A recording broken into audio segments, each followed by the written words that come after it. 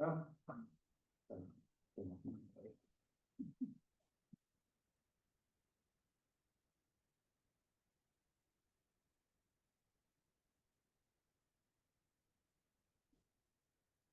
meeting to order at 6:03, 18:03. And Sean, would you like to establish a quorum? Sure, Commissioner Adams, here, Commissioner McGuire-Higgins. Here. Commissioner Scuffle. Here. Commissioner Atkinson. Here. Commissioner Cobb. We're at full strength today. Good day. Okay, first item on the agenda, public comments on items not on the agenda. Do you have entries for that?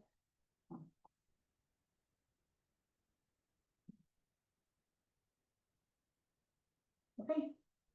Why don't we do 2 minutes each, since we have a rather long agenda tonight? And we'll get started with Maria. Good evening and welcome to you all. I just wanted to speak to maybe just a point of clarification. I know you are not seated to answer this necessarily, but I would love to understand how you receive public comment. So I've actually had a few questions put to me, and I myself, as you know, have more recently been submitting more public comments to the Historical Commission. And it's not clear when you actually see those. And I think, of course, all commissions benefit by having exposure and the opportunity to consider public comments well in advance of the meeting. But I think it's particularly important for the Historical Commission because oftentimes I'm sure you receive public comment that might actually inspire you to do some research and kind of grapple with it a little bit more. So it would be helpful to know that it looks like that the only way you receive information is through public comment. And it would be great to understand, like, at what point you actually get that full docket of all the public comments that were received for a given agenda. Thank you.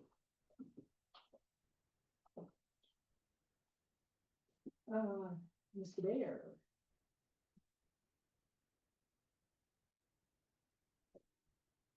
Good evening. I expected to see on the agenda tonight a discussion of the historic preservation ordinance and Mills Act, because at the last meeting, you specifically requested that it come back to you. But as we all know, it never did come back to you. It went directly to council. Council voted on it. There were some concerns raised at a subsequent council meeting, and the council chose to ignore the changes, the infamous blue line. So I'm here to say I am disappointed. I am disappointed not only in the outcome, I'm disappointed in the process. The process should be fair and transparent. There is a process where the Historical Commission reviews things that relate to history of our town and historical ordinances before it goes to planning commission. The city staff apparently decided that you didn't count. They went directly to planning. That was only because members of the public complained that in fact it ultimately came to you. And your request that it come back to you was summarily ignored. I don't feel that. It feels like the city council seems to ignore the public in general these days. I'm not trying to rub salt into your wound or mine, just highlighting the fact that you folks should count, you do count, you serve an important role for this community. And if the council or staff is circumventing you, I think you need to raise your voice, raise your hand, because otherwise historic preservation in this town will even be more dead than it currently is. Thank you very much. Okay, and we received no further comments. No, we did not. Okay. So we're on to the next item of the agenda, which is the election of the chair and vice chair. So I will be vacating that lofty position. this evening. So who gets to take it next is the question. So Sean, do you want to run this election or do I do it? You would run the election. Okay. Okay. So.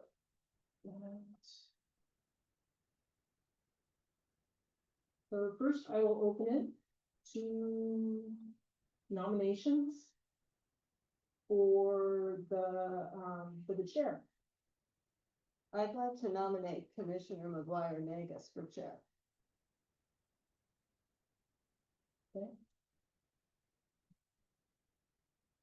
And I believe you can nominate yourself if you wish. Yes, that's the thing. So I have a nomination for Suzanne, or any other nomination?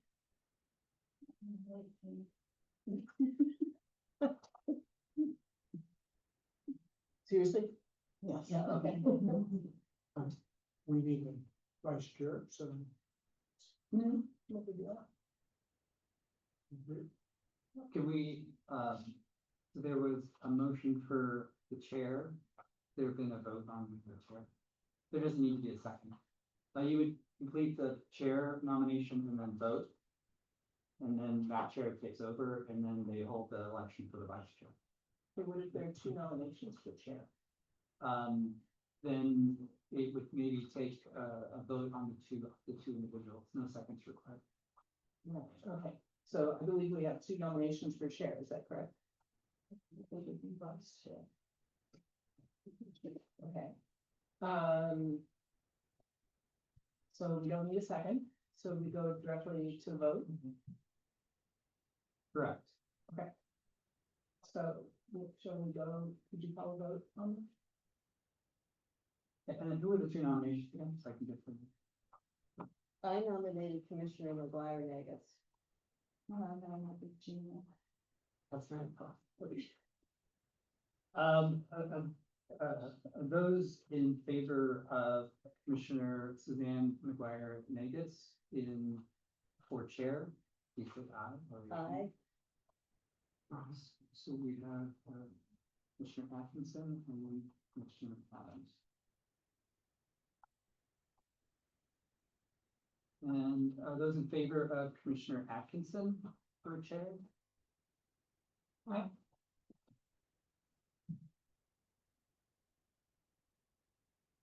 We don't have to. So 3-2, Commissioner Atkinson.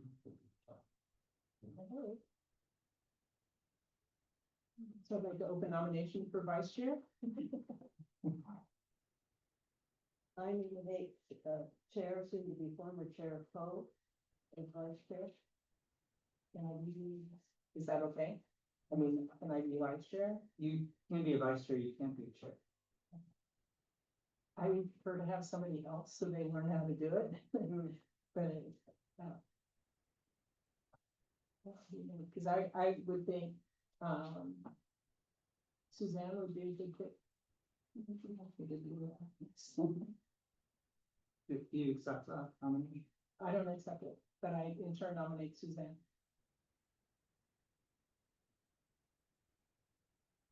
Okay, do we have both? Those in favor of Commissioner McGuire Nagus for vice chair?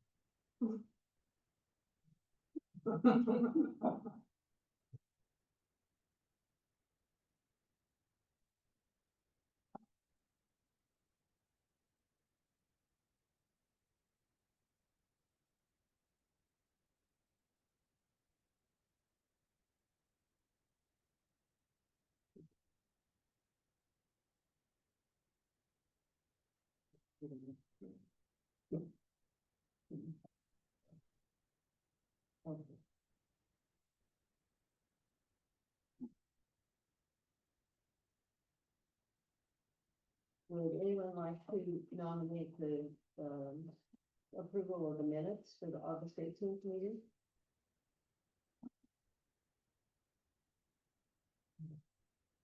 I do not have any questions for anybody else. No. What do you think? I'll second. So the minutes have been approved from the August 18th meeting. So there was a motion and a second, and Yeah. if there could be a vote. So, a roll call vote, is that okay? Commissioner, Vice Chair McGuire Nagus, I approve. Commissioner Guston. I was not a commissioner at Oh, the time. I but- understand. Commissioner Coe, I approve. Commissioner Adams, and Chair Adams. I was not present, but from what I read and understand, I think.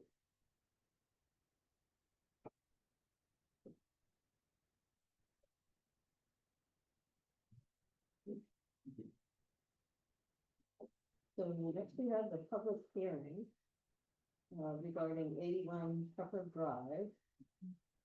There has been, as we all know, a request to remove this property from the City of Los Altos Historic Inventory.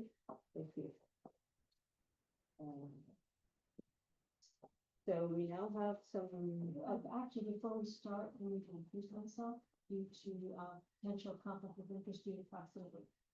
I will step out and someone can get me when this item is over. thank you.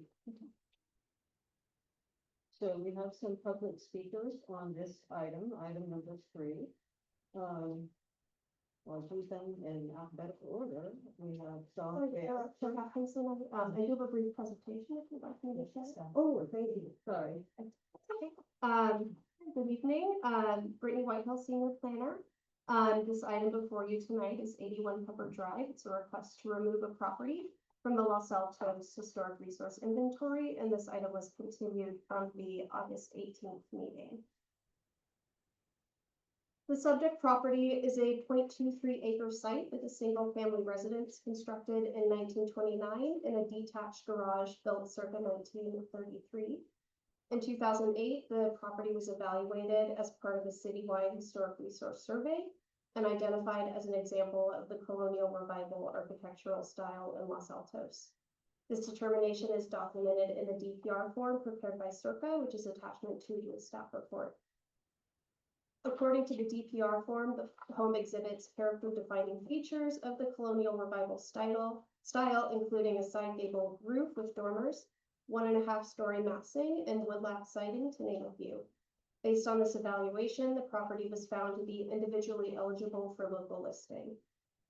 In August 2024, city staff were notified of unpermitted construction at the rear of the house. A stop work notice was issued and staff informed the owner that their project would require historical and design review approvals along with appropriate building permits. And I do want to emphasize that throughout this process, staff held numerous discussions with the property owners, encouraging preservation of the home, but ultimately the owners chose to pursue removal from the historic resource inventory. In January 2025, the owners of the property, James and Avat Paravash, submitted a request to remove the property from the Los Altos HRI. As part of this request, the owners submitted a historic resource evaluation prepared by Evans and DeShazo. The HRE evaluated the historic significance of the property, including the 3 required criteria for local listing in the Los Altos Historic Resource Inventory, which are found in the municipal code. Evans and DeShazo concluded that while the 1929 home and 1933 garage meet the age requirements for historic listing, criterion A, the property lacks sufficient integrity and design, workmanship, and feeling, thereby not meeting criterion B, determination of integrity, and is clearly associated and is not clearly associated with any significant historical event, people, architecture, or archaeology, thereby not meeting criterion C, historic significance. Therefore, Evans and DeShazo found that the property meets only one of the 3 required criteria for listing in the Los Altos Historic Resource Inventory. After receiving the request to remove 81 Pepper Drive from the HRI, the city hired Page and Turnbull to conduct an independent evaluation and peer review of Evans and DeShazo's evaluation, as is recommended by the California Office of Historic Preservation when conflicting evaluations are received. Page and Turnbull's assessment found that the property meets the age requirements, criterion A, and unlike Evans and DeShazo, determined that it also meets criterion B, determination of integrity. However, both firms agreed that the property does not meet criterion C, which relates to historic significance. Therefore, while the 2 assessments differ on the property's integrity, both ultimately concluded that it does not meet all 3 required criteria for listing. In conclusion, based on the evaluations conducted by Evans and DeShazo and Page and Turnbull, and the findings and conditions attached to the resolution, staff recommends that the Historical Commission adopt a resolution removing the property at 81 Pepper Drive from the City of Los Altos Historic Resource Inventory and find that the project is exempt from environmental review pursuant to section 15061B3 of the California Environmental Quality Act, CEQA. I'm available for questions, and I believe the property owner also has a brief presentation to share. If I may, have we removed any other property from the historical? Sean, are you aware of any? I don't remember the address, we removed one property in like 2016. 2016, I did research on that. And in 2011, 2012, we moved two. That was 64 Orange in 1671 Kensington. And then in March of 2019, 67 Lyle. Actually, the Lyle was fairly similar to this. That was 2017, 19. or 2019, thank you.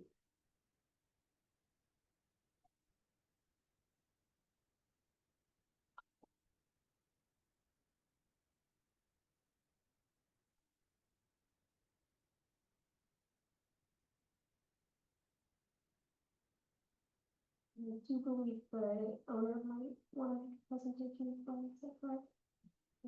If now would be the time for that.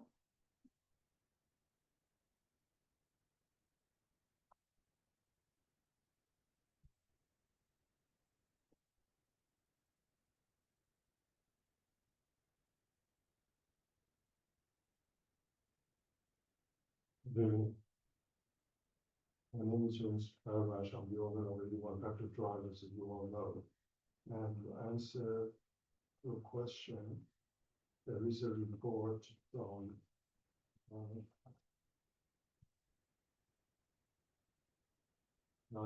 back 2011. This is the extent of the report. This is the extent of the report Evans did, and this is We received this. yeah, these are all three of them, which, besides this, there was another one. Then I hired them, to do the remodel. But at first, I thought it's historic, so I decided the remodel process. And then I was told that I need to hire a professional to tell me, yeah, or nay. So at that time, the professional came in and said, it wasn't one of these guys, that why are you remodeling this, such low value? And even though it cost me $5,500, but I said, okay. That's when I went to the city and I said, hey, this is what's going on, what should I do now? This house is really becoming apart. It's really falling apart, the walls are all over. These are the pictures I do. Walls are all over the house, and electrical falling apart. Inside the basement, a chance of fire, and also structure of falling apart as well. And then this house was built back in 1937 to 1947, which back then when they used to, I'm a licensed contractor and licensed engineer by the way, by California. And I've been practicing with construction engineering for the last 4 years. So as for the house right now, the situation is, there is no waterproofing behind the siding. So therefore, water penetrating from every point. If you look at those pictures, you can see there's a lot of cracks, a lot of which is not worth fixing anymore, based on the founding by the professionals. And my request tonight is based on the founding, and there is one document here I want to make sure I overlay it to you.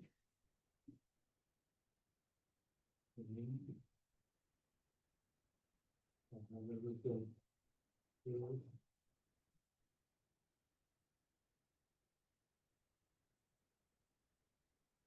always to keep it simple, so I spent a lot of the documents, I was going to why. I am pulling out of the, like, here is the information about what happens to the house when doesn't have siding waterproofing. The pictures I'm showing you, those are the good, those are all of that. I have one, I can bring another one. So if you read that, you will see foundation issue, wall issues, electrical issues, fire hazard.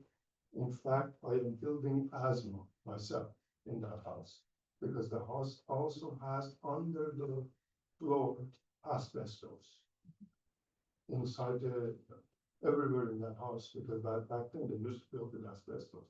So I'm seriously building asthma, which I really request from council, based on the professionals' evaluations by the two major firms, that both was recommended by the city. It wasn't like I found somebody in Boondocks. Both are on the city's list. I hired them. They both have said, as you know, was just recommended. So since the if the house will also become the hazardous to the neighborhood, based on the pictures I'm showing you, could mold, fire, etc. So my request is tonight, make a decision to remove it from historic inventory so I can move forward with my life, with our life. And thank you for your listening. I have different speech, but I changed it. I appreciate the time you have provided.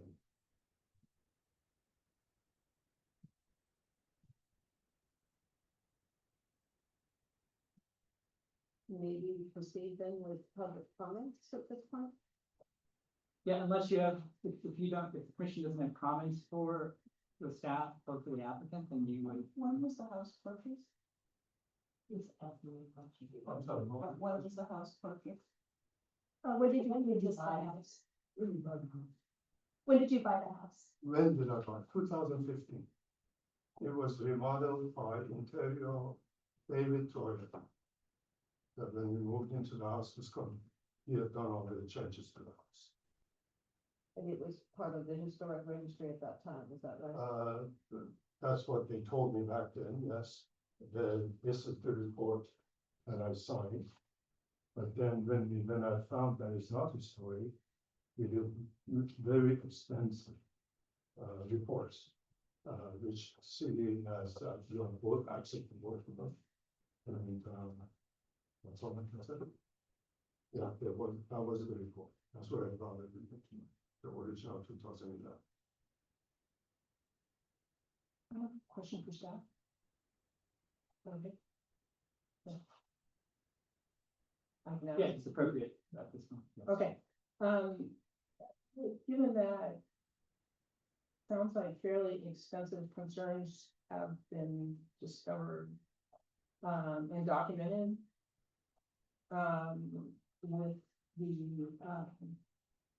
the suitability of the house and the current status of it. And I'm thinking that was probably not taken into account by either Evanston Pistachio or P&D or P&T. Would that be true? So they both conducted site visits to look at, and James might know better than I would, but my understanding is they primarily were looking at the exterior of the house for specific historic significance and not doing like an inspection related to the electrical or the water damage or anything. Okay, so the fact that there are concerns about, what would you call it? Concerns about the health and safety of the house and the occupants. Would that influence any of the determinations of the? So what you're considering tonight is really just whether it meets the criteria for listing on the local, historic resource inventory. Separately, if this were to be approved, the owner would need to then pursue redevelopment and get permits for demolition and then redeveloping the property. Those would be a separate entitlements that would be decided at a separate time. So if we decided to remove it from the inventory, then we would able to go to planning Yeah. and do whatever documentation you need to modify it. So this would not, removing it from the inventory would not authorize demolishing it. Right. The next step would then be to submit a design review application to the city for a solar redevelopment or modifications to that. Okay. If we said, no, you may not remove it, then what recourse does he have? So the decision is appealable to the city council, whether it's approved or disapproved. So that would be the next recourse. And then, yeah, ultimately, they would be the deciding body at that point. Okay, and at that time, would they take into account what he is going to need to do to make that house livable in a safe manner? The question would still remain because the request from the applicant was to remove the property from the HRI. At this time, we're not evaluating, like the livability of the home or any proposed redevelopment. That, would be a separate application process. So they would be essentially, looking at the same analysis that you're looking at, plus any additional analysis that might occur between, you know, and if it were to be appealed. We have that homeowners have done rather heroic efforts in redeveloping. Historical. Yeah, I was just curious, legalities of what's gonna go where and when. Okay.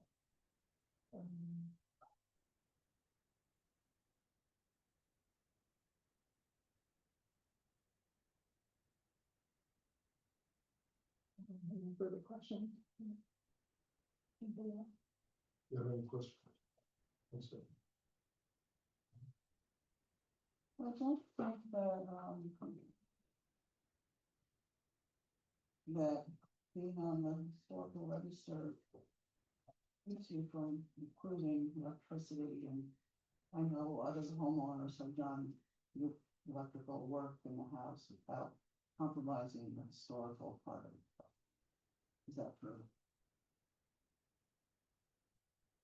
This house inside is uninhabitable.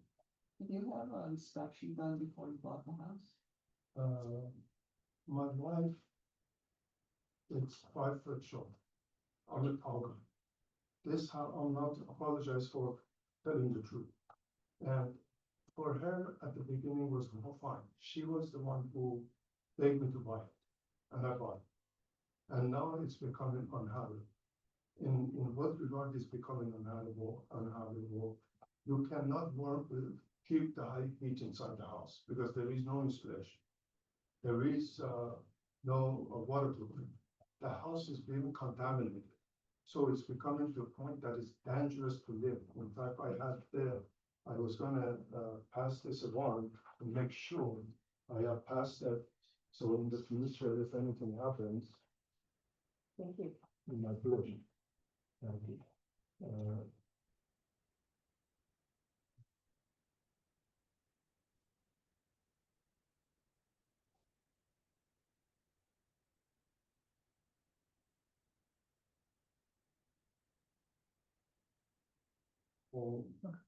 May I say a couple more things while I'm here? I know many neighbors, new neighbors, making this house, from outside, when they look at it, it has a character. But when you look at the pictures I provided, when you get closer to it, you can even recognize everything is cracking, everything is breaking. It's just not habitable anymore. It's, as I said, it's already causing asthma for me. And before mold start hitting and causing other health issues, we can't even, for instance, go to second floor because we can't even she's having knee problem. We can't even get one of those chairs to turn in there. Look at the picture, the gate is 26 inch, entrance is 26 inch, and then the staircase is 33 inch. It was designed for going to attic, but somehow they made it the second floor of it. And that's where that's where,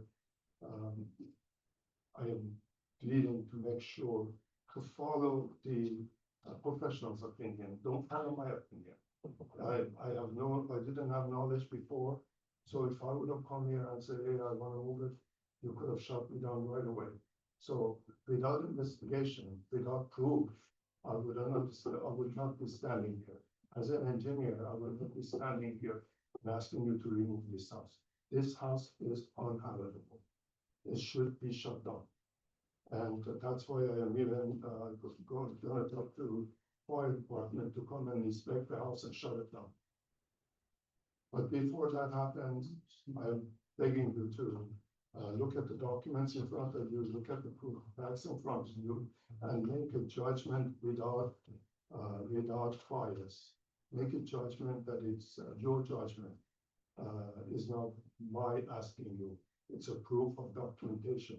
It's a facts that I have provided, facts that city has made me to bring it to your attention. It's not that I just want to get picture of the house. I wish I could have just remodeled it and lived in it, but the house is no longer is too much water has gone inside through the waters, molds, etc. I can't afford to have my friends coming into the house. I cannot have my wife to live in that house anymore. I'm sorry, but thank you for listening. Any other questions? If presumably in your judgment, then Mr. Karavash, if the house was habitable at the time that you took the vote, is that right? As each rain comes in, as each rain passes, the house becomes, because what happens is sun causes, dries up the wood. And after the white wood cracks, since there is no waterproofing behind the wood, water penetrating in, and that turns into more. That turns into unhealthy situation. And that is happening. That's why I want to shut it down before this winter. I see, so there have been changes in the 10 years that Yes. you've owned the house. Yes.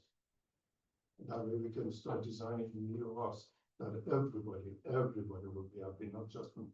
All the neighborhood will be happy. I have shown sample to Brittany already what I'm thinking of building, and I think I wish I would have brought some with me, but it would work with this area. I'm not gonna ask for a modern house, I'm not gonna ask for something out of this world. As an architect that I have designed, and I just sold 2 houses in Los Altos Hills for 10, one for 12 million, one for 10.5 million. So the houses are designed out content is not, it's California style. Let me put it down. It's Los Altos style. Any other questions?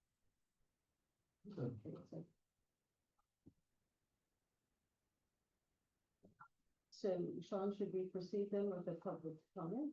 Yes, so the standing time is normally 3 minutes, but you had stated another time, would you want to carry that? So I'm restricted to 2. And then, but you can go. Okay, I'd like to do 3 minutes, please. And alphabetically, the first person is John Bear. There are 2 other people who have, reached to see if they're behind to me. You want them to come up and acknowledge that. Or just tell them who they are, please. Lois, Diana, and Donald. Yeah, Diana. I think Sean has Daniel Stewart. Oh, is it possible, Sean, to have 2 people, give their I'm time? gonna check right now, yes, I think there's a limitation, I think it's a limitation of 5 minutes maximum. But we're gonna double check in the handbook. The rules keep changing. Right, No, it's not.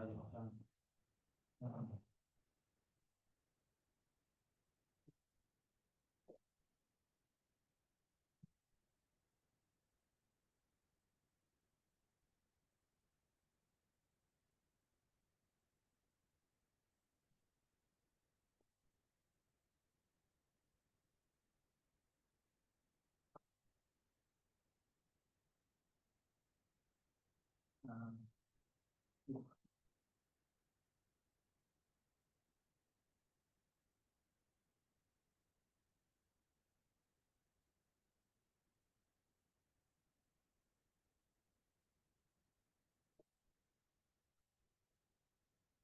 It doesn't, I didn't see it in the public comment section. So, So two people can give their time to one.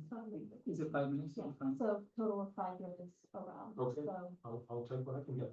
Okay, Did thank you, did you John. want to speak for two and then have the third person speak or? Yeah. Well, Because do two you would want be to talk 6 for a minute? minutes. Do you want to, you want to? Yeah, yeah, I should be. Okay. So two, which property or which two individuals? Right. Who are you speaking for? I'm speaking for my wife. A rare occurrence. Good evening. I've sent you all numerous emails.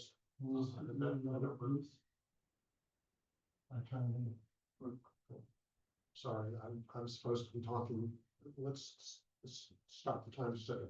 I'm supposed to be talking to the commissioners, not the public, so I will try and speak up louder, but given the lack of a public amplifier system, it's hard.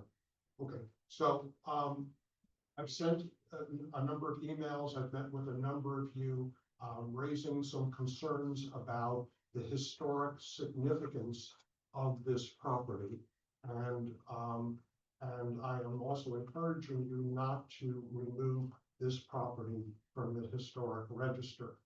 I have lots of questions about, does this house meet the criteria for being historic, of historic significance? And unfortunately, neither report does a really good job of addressing that question. The first report was wrong. Right? The second report, which was supposed to be, and I've heard different things, so I was told it was a peer review. Staff has said it's an independent evaluation.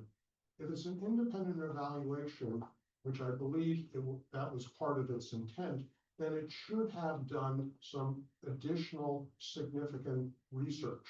And it acknowledges in its report, in the Page and Turnbull report, it says there was no evaluation of the importance of this house for the local neighborhood. And then it never went into detail. That is a big omission.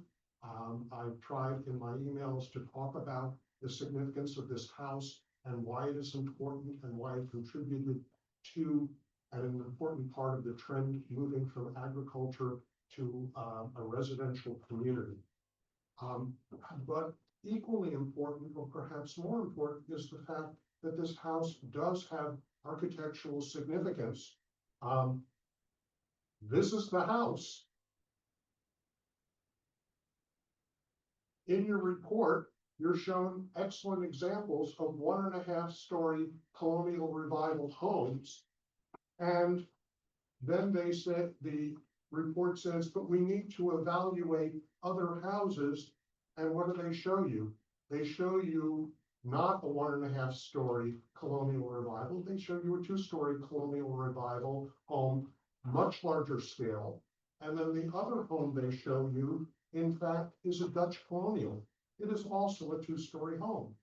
So my question is, if there are better 1.5-story homes than 81 Pepper, where are they? The report didn't give any examples. The only example it gave was 2 stellar examples, and in fact, this home looks very similar to those 2 stellar examples. So I would suggest, and I believe firmly, that the historic significance is met at least under the category of architecture, and may in fact also be met on the category of it contributing to a significant trend, a local trend in Los Altos and in the Silicon Valley of moving from agriculture to residential development. And the Adams subdivision, 30-acre subdivision, smaller than the 100 acres that the Los Altos Land Company created as part of the town, was still significant. And it really was a major contributor, and this house was a major contributor to the development of our community. I would urge you to understand and appreciate that this house does not meet the needs of the current owner. I'm sympathetic to that. I understand firsthand, having restored 100 and, I don't know how old our house is now, 119-year-old house. That in fact, owning an old house is hard, it requires continued maintenance and upgrades and lots of money. But if the homeowner wishes, I would love to see them take care of those necessary changes and repairs, and they can expand the house. They can change the footprint of the house, expanding it behind the existing structure without unduly affecting the historic integrity of the house and its place in the history of this community. Thank you very much. Thank you. So next would be Maria Bautista.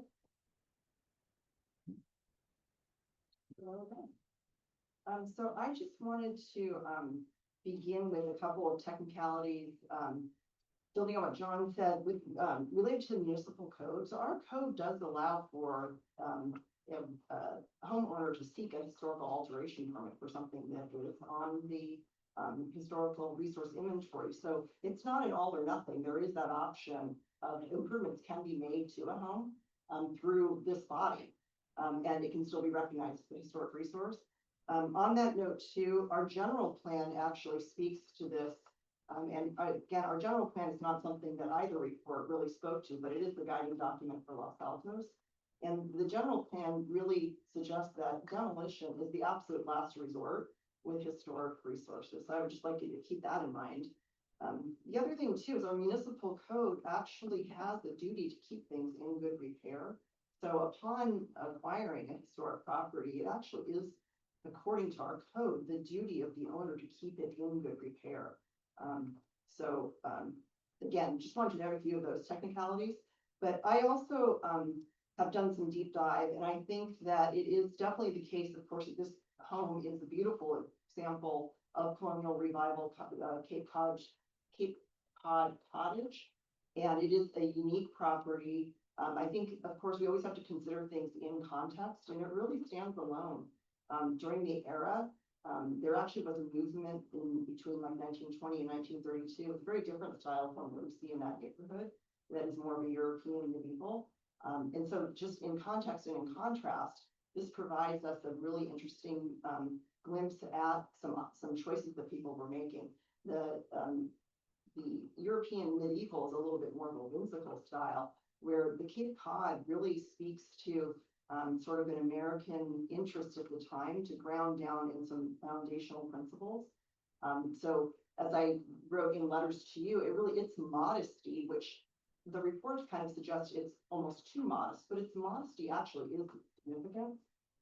The house and its detached garage are speaking to a very important moment in Los Altos history, one that we haven't actually completely built out in our historic resource inventory and our historic context statement, which both of these things actually need quite a bit of work. And I would hope that this helps us move to readdressing that. But in our historic resource inventory, where we have the list and we also have the historic context statement, we actually have 7 chapters, believe it or not, dedicated to the transportation and its effect on Los Altos.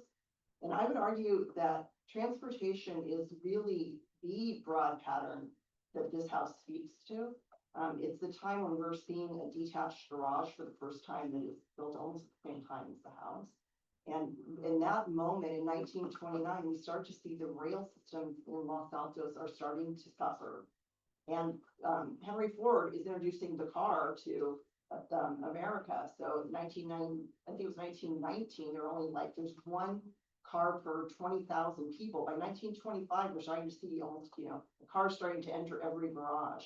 And so to have this detached garage sitting on the side of the property, the way it is at 81 Pepper, is really quite revolutionary and speaks to the early commuter class in Los Altos.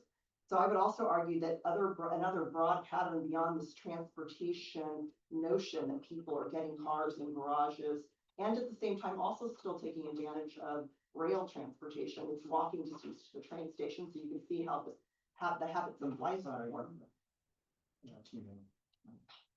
No, I have, you see, Mark, it's time. You see what I'm Yeah. saying? Oh, I'm sorry. I'm going. Okay. So that's good, that would be one more chapter, so transportation would be one theme and one broad pattern that I would say this exemplifies quite perfectly. The other two is, October 1929 is when the, stock market crashes. The Van Epps move into this house in December of 1929. And it really becomes the case, and I use this term with you about, preservation bias. Important people, we have to be very careful with the term important people. I would argue that in the 1930s, the time person of the year would have been the working class. And it really is the case that through the WPA and the FSA, with photographers like Dorothea Lange, we are actually paying great attention to working class and migrant class.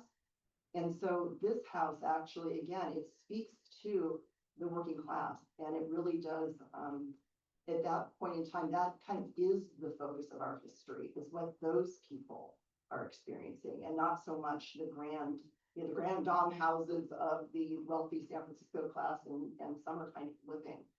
So I would say on both those notes, that this house has extreme historical significance tied to broad pattern events.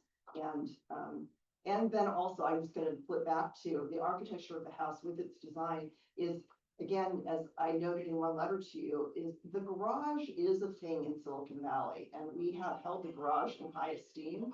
And this house really provides us with a fine example of where this appreciation for garage relative to house begins. And as you know, once we move out of the 1930s and 40s in post-war Los Altos, we see the advent of sort of the cookie cutter craft home appear with the attached garage, where the garage now is incorporated in the house. So I would urge you to give great pause to the notion that this is not historically significant. I think it meets all criteria and is a beautiful example of something that we should cherish. And because I've got a minute, I do think when you walk the neighborhood that it sits in, we have the beautiful benefit of understanding the complete story. And now my time is up. Thank you for your attention. Thank you. Staff for clarification. The ADU the detached garage at this point is no longer existent. Is that true? Like It it's is being still used- existing. But it's So being it's- used as an ADU. So, there's information to suggest that at some point it was converted to an ADU. Okay. It's no longer being used as a garage.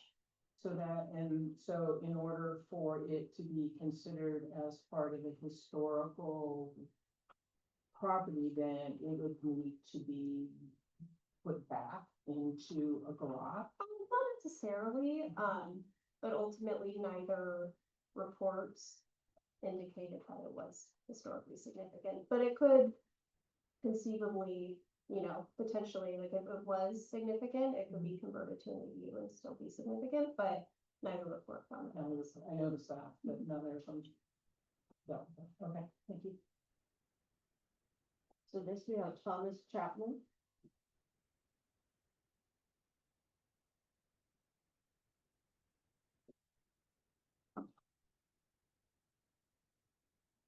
Ready? Okay, hi guys, thank you for having us, thank you for the discussion. So everything, he mentioned about the condition of the home was known at the time of purchase. If it wasn't, he probably has action against the real estate agent that sold it to him, but he knew about the lack of weather, weather stripping, weather lining, insulation, everything like that. If there's an issue with it, with mold or leaky roofs, that can all be remedied like anybody else does. You tear down the drywall, you do mold remediation, you can put up new drywall, you can paint it, put a new roof on, re-insulate the house, do everything like any normal person does with renovating their house. They tear the whole thing down. Talking about the issue of whether it's historical or not, that issue was already resolved in 2008 when the report came out that said it was historical. Nothing has changed from that time. The historical designation in 2008 was done for this very purpose that was sitting right here, is to keep somebody from tearing down a home that's historical, that this town deems as historic. Nothing has changed for that. The only thing that has changed at best is a difference of opinion. And that opinion is based off of the homeowner paying somebody to say something that they wanted them to say, such that it would lead more credence so that they can tear it down. But at best, it's a difference of opinion. We already had the opinion back in 2008 that a professional team determined that this was a historical home. And so I believe that the purpose of the historical commission is to keep the historical nature of Los Altos intact. One of the reasons is if a body had already determined that something was historical, there was reason behind it. It wasn't willy-nilly. There was a full detail, a full assessment of it. At best, this is a difference of opinion based off of someone paying someone to say so.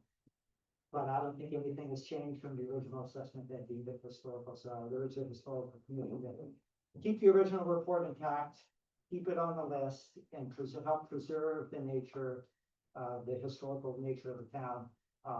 Because if this one comes off, then it's a slippery slope that others and others and others, and then we have nothing on the list. And if we don't have history for this town, then we'll have it. Thank you. Dee Gibson?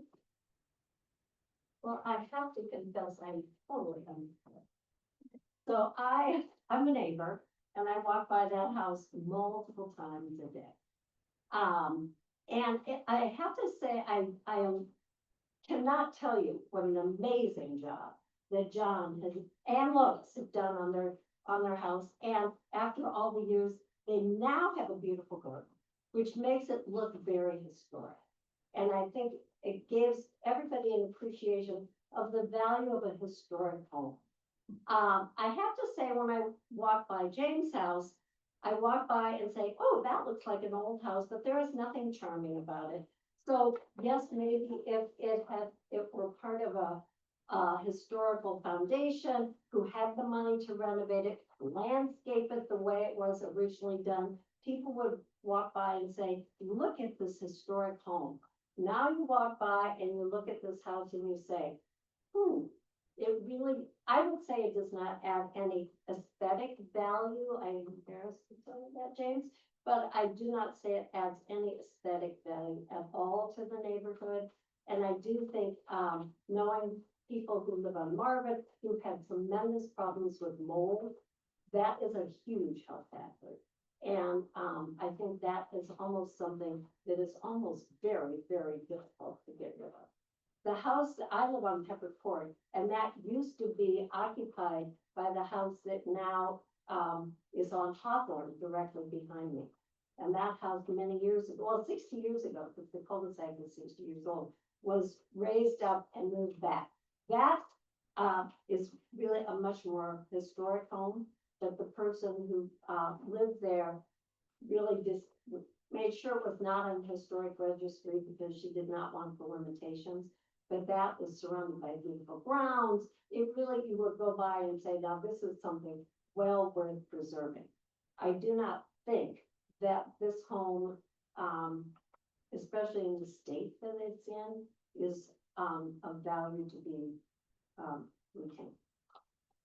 Thank you. So those are all the cards that I was given. Could I ask a question of staff, please? I'd like to know, in relation to Mr. Chapman's comments, what about the 2008 assessment of this house of 81 Pepper? So the 2008 assessment was done as part of the citywide survey, which inevitably those tend to be a little bit less detailed than if you were doing like a historic resource evaluation for an individual property. So he is correct that it was identified at the time. That being said, our municipal code does have a path essentially for someone to request essentially sort of like a reevaluation. And that is what has occurred, and there's been more detailed evaluation done since that time. So the 2008 assessment does not go in detail through every criteria in the municipal code that would be required. It's focused primarily on sort of how the home appears from the exterior. I see. Thank you.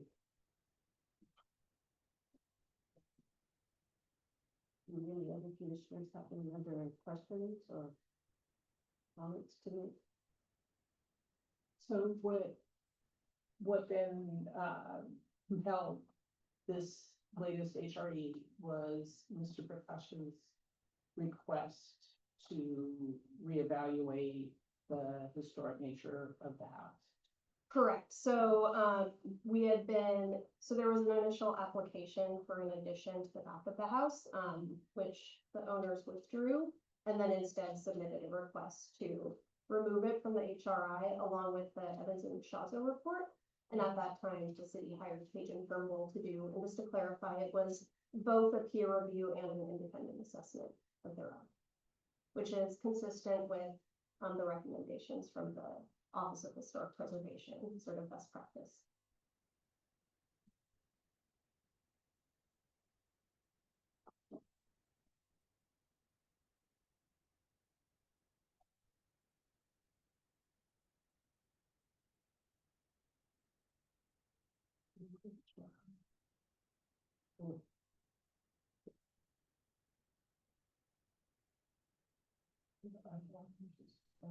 Oh, close up, so you need to close up. Oh, thank you.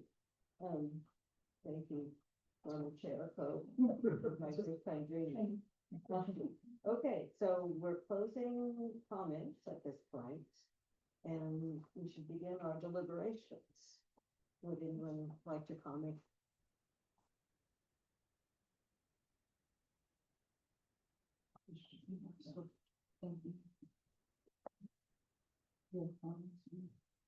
Well, I'd like to say that I've listened carefully to all the comments. I take them all seriously, both the residents' comments and the owners' comments. And I feel that it's not a slam dunk either way in my mind. I am persuaded by the idea that there's something historic there that I think would be a loss to the city to lose. I'm also cognizant that apparently, although the house was not in its current sort of not very good shape at the time it was purchased in 2015, there has been a sort of a trajectory of its decline, and of course, as homeowners, we all know we need to keep our houses up. So, you know, there have been things that have needed to be done, but that's not unusual. I mean, that's kind of what you expect when you own a house. So I don't know. I'm kind of feeling like I'd really like to find a reason to keep it on the HRI. I guess I'll put it that way. But it's true that both of the formal historic reports said that no, it's not warranted to keep it on. So I would like to hear what my fellow commissioners are thinking.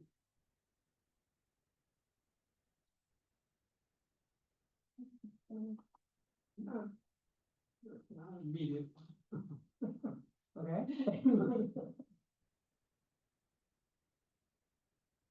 Well, I'll jump in. Yeah, so what I did in order to analyze things, as I do, is I came up with a a list. So if we look at all the criteria under the, in the HRE requirements, and then, and most of this, I mean, this is not new news to anybody, but I put the EDS and the PT and then the findings, which is really what we're gonna end up voting on, correct? Is whether or not we want to, take these findings as is or change them or not take them.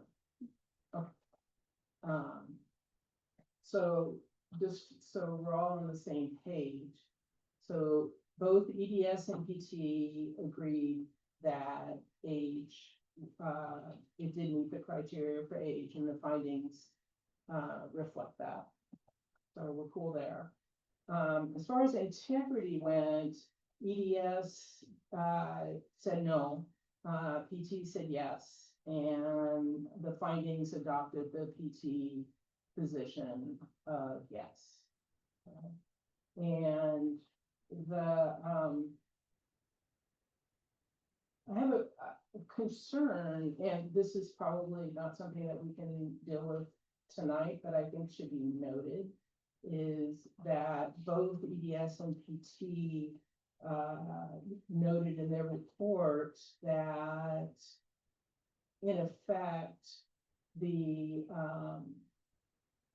issue of historical significance actually, to some extent, excuse the term, trumps integrity, in that if a house does not meet historical significance when both the state and the national entities look at it, they don't even get to integrity. And so the way that that seems important to me is that both EDS and PC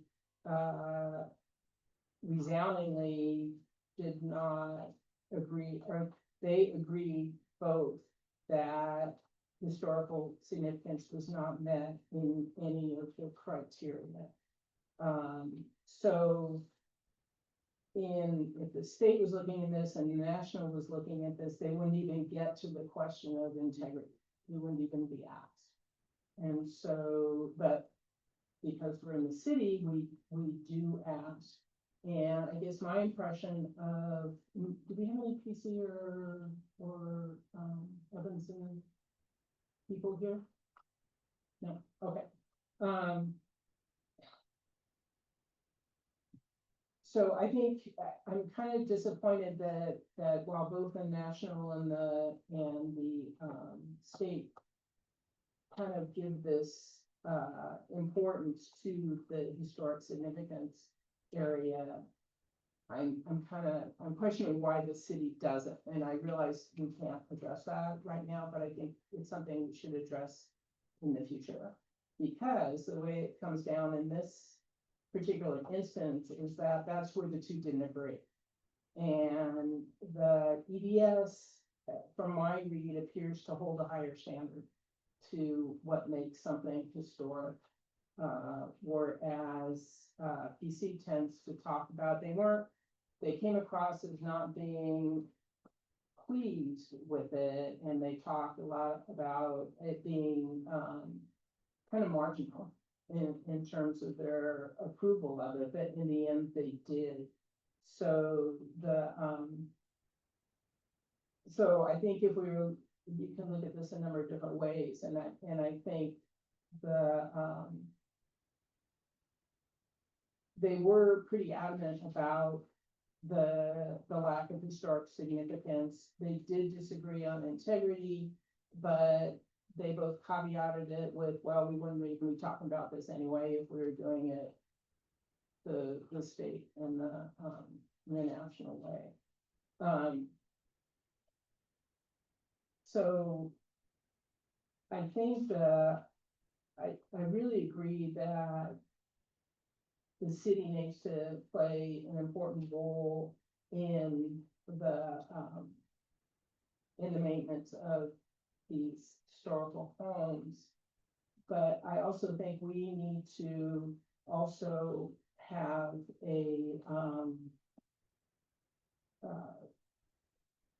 we need to have a bar. And some of the input that I got from various people were, we need more historical properties, we should be inviting more people into this historical property, and that might be true, but I don't think that we need to get to the point where every house in Los Altos is historical. And I think for that we make houses historical that are kind of marginal in some ways and not in other. I think there should be a really strong case for making a house historical, and I don't see a strong case here at all. And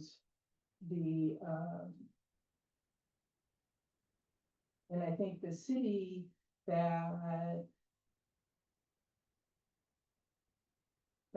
as we look at this house, it's pretty clear to me that the place needs a lot of work. And so either regardless of whether we remove it or we keep it, somebody's gonna have to fix that house. And do we encumber a homeowner with that requirement, which we would be if we insisted that it remain, it remained historic. So I don't find, you know, as much as I like to have historic homes, and I think that we should definitely pursue that, I don't see a lot of,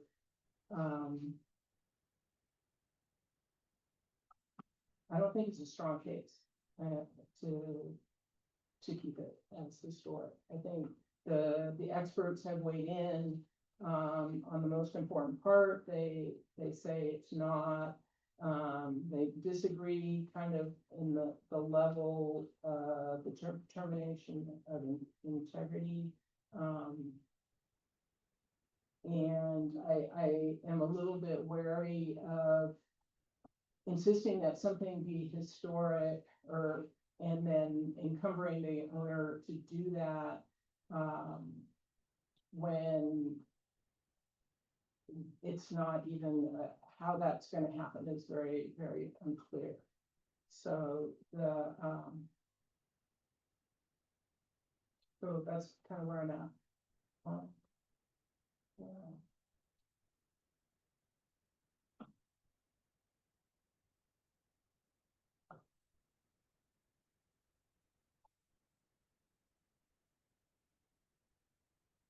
Commissioner McGuire Nagus, do you have any comment? I'm sort of worried about the slippery slope of just helping us see things when we're on the beginning, and when we buy a house and we know it's historical, we need to go into it with the idea that you will preserve it.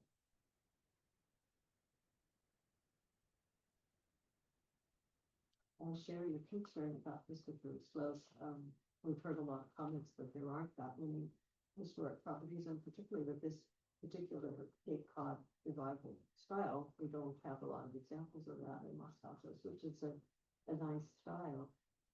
And I'm also wondering, Commissioner Coe, I understand your concerns about what will happen for the owner of this property if the property remains on the HRI. On the other hand, for us as a commission, that's not our concern, correct? We kind of look at whether it should stay on the HRI. If it does stay on the HRI, we don't know if the owner might choose to sell the property rather than repair it, or what could happen to it, right? That's not our mandate. We're only looking at whether it's worth preserving as historic or not.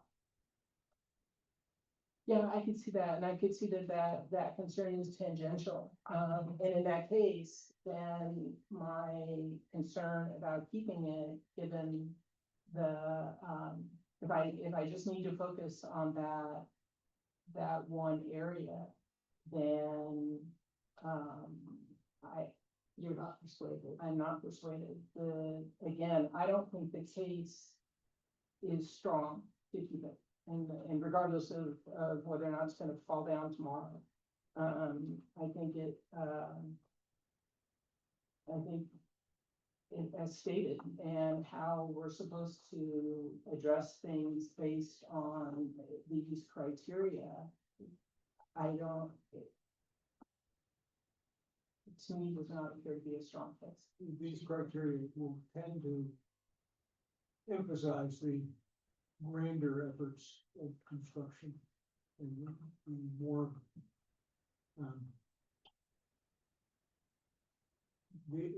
quotidian daily efforts, something average. It's going to get overlooked by definition in a different sort of way. We're going to consider this criteria tends to say if it's a large house, a lot of investment and design, as opposed to something that's just typical of the era. That's somehow more worthy, I think, is where that criteria leads us. So then we should ignore the criteria. No, I'm not saying that. I'm just saying that's where things lead us. Okay, so then it sounds like there's a problem with the criteria, which isn't something we can do something about. But because we are bound by these criteria at this point. Right. This is as was pointed out, a working man's house. Mhm.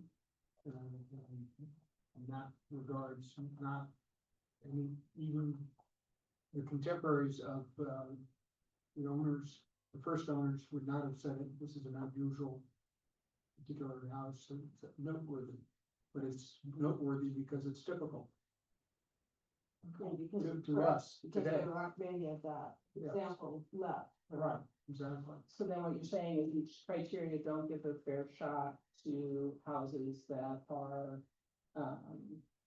by working class people. Right, it's, that's the filter. And along that line, I'd like to perhaps respectfully disagree with Liz Gibson's comments that 81 Pepper doesn't look like much from the outside, because I've been looking at it a lot over the last week preparing for this meeting. And it's quite striking to me that it's very unique, very interesting. Obviously, it's not the Marvin Adams house that the Bears have put so much time and resources into. But it was not built as an Adams house, a very wealthy man who owned acres and acres of apricots and so forth. It was a working man's house. So, I do think it might be a kind of an unfortunate, but not unexpected fallout of criteria like this, that they do tend to focus on the bigger houses and the more wealthier people's houses. And, we need to follow the criteria for sure. I respect Commissioner Coe's comments, but that's what we look at. This is our task as a commission to refer to that. On the other hand, we need to be aware that they were not written with people like the Van Epps in mind, who built this house.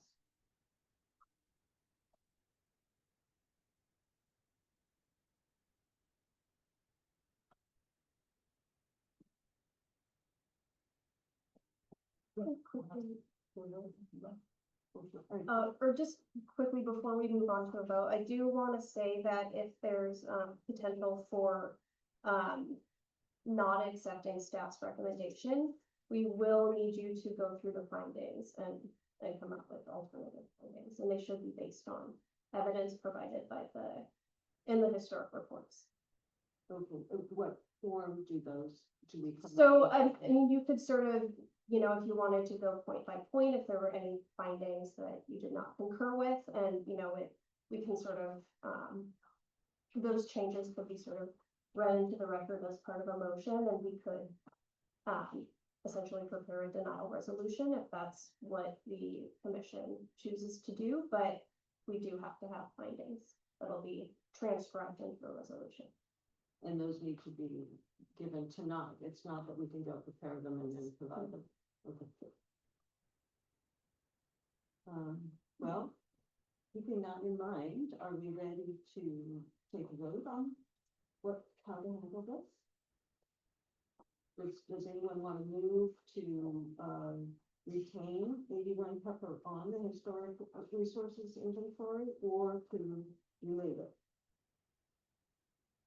It wouldn't be it would be a motion to deny the recommendation. It The wouldn't be, application? you know, Oh, the recommendation of staff. yes. Okay. So you need to refer to the recommendation, and it would be a denial of that. Unless there's an alternative Yeah. to approve it. Right. So, yeah, so there would need to be a motion either way. Okay, so there's either a motion to approve staff's recommendation to remove it from the HRI, or To a deny it motion and to provide- deny it, yeah. in which case we would need We to need to go provide through point by recommendations. point and give objective criteria for why we recommend that. Okay. Does anyone move one way or the other?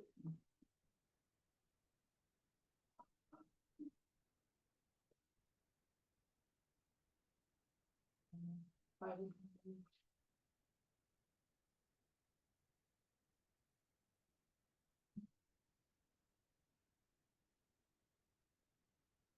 question is there any motion? Or do you wish to continue discussion? Does continued discussion mean it has to continue No, in but- another meeting? I guess the question is really, is there any motion in either direction? Is there any one individual who would like to make a motion? And then there would need to be a second and then a discussion. No. If we, Or what about, continue discussion until you can formulate a motion. we continue discussion now Yeah. until we're ready to make a motion. Is there any feedback from that? I'm not sure how we could pull, findings of, without needing to do more research. I think some of the people who've spoken have done more research, and I think they made a good case for keeping it on. I haven't done that research personally, but I feel like people who are concerned may have some good points about why it should stay on. But I don't know how you would, like, justify that to the plan. Yeah, so I mean, essentially the criteria in the code are sort of the question at hand, does it or does it not meet those criteria? So you would have to essentially make findings that it meets all three criteria in the code.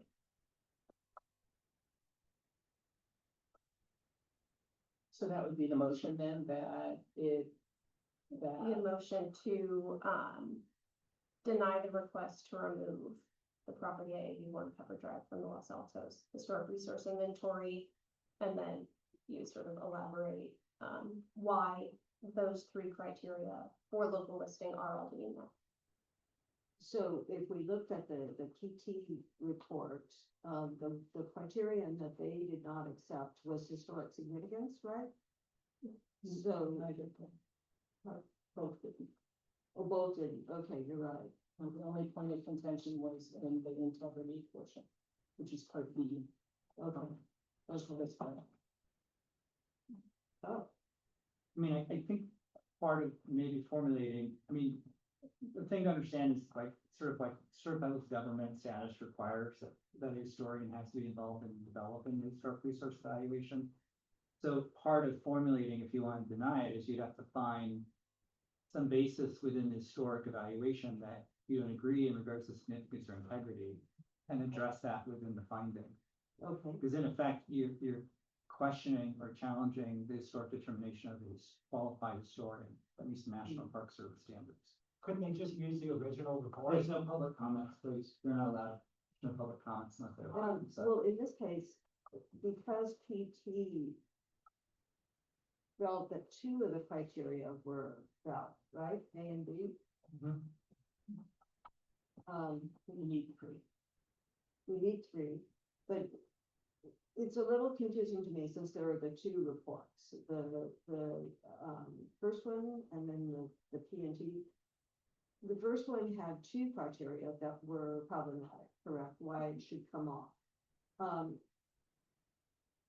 I hypothetically, and I don't know that this is the case, but if the commission were to agree that, there was a recommendation to keep it on the HRI, could we refer to the more favorable of those two reports and just address the one criteria, is that not legit? So, I mean, Page and Turnbull, I believe that's who you're referring to, Yeah. you say the more favorable, they also found that it did not meet the third criterion. Mhm. So I don't think that you could sort of imply that they would have found it met the third criterion.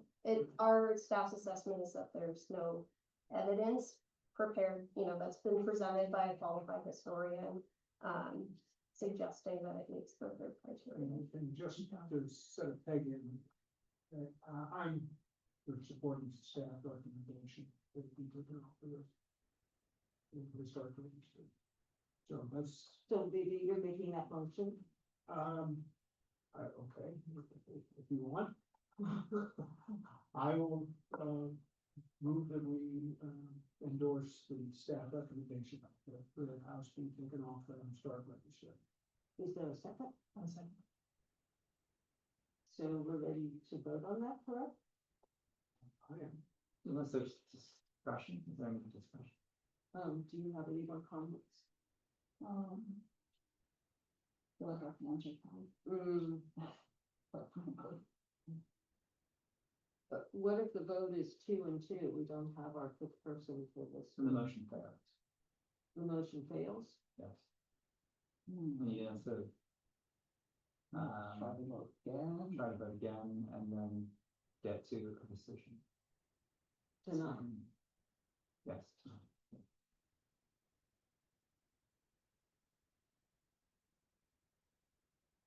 So we have a motion on the floor, we have a second, so then I could do a vote. So Commissioner Adams, I'm in favor of endorsing Commissioner, staff resolution. Commissioner Coe, For the motion. Commissioner McGuire Nagus, I'm not in favor. Commissioner Atkinson, I'm not in favor. the motion fails. So we need to talk. Correct.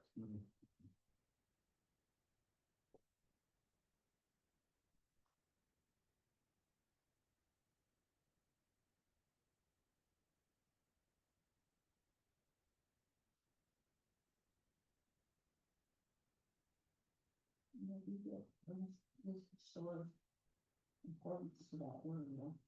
That's just an example of that sort of importance to the city. I agree. I also feel that, as I believe someone else has mentioned at one point, that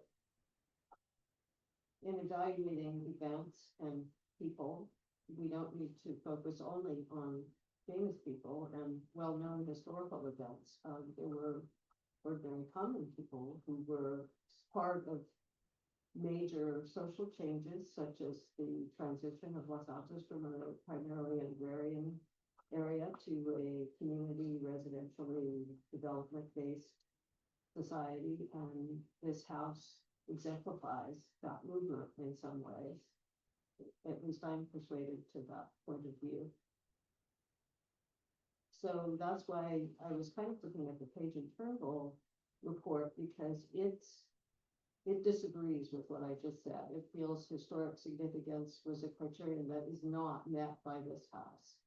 And I just kind of don't agree with that. I mean, I'm not a historian. I understand their opinion is what we're looking at here. That's the professional viewpoint that the city has solicited and is now recommending that we go with its conclusion. And I understand that.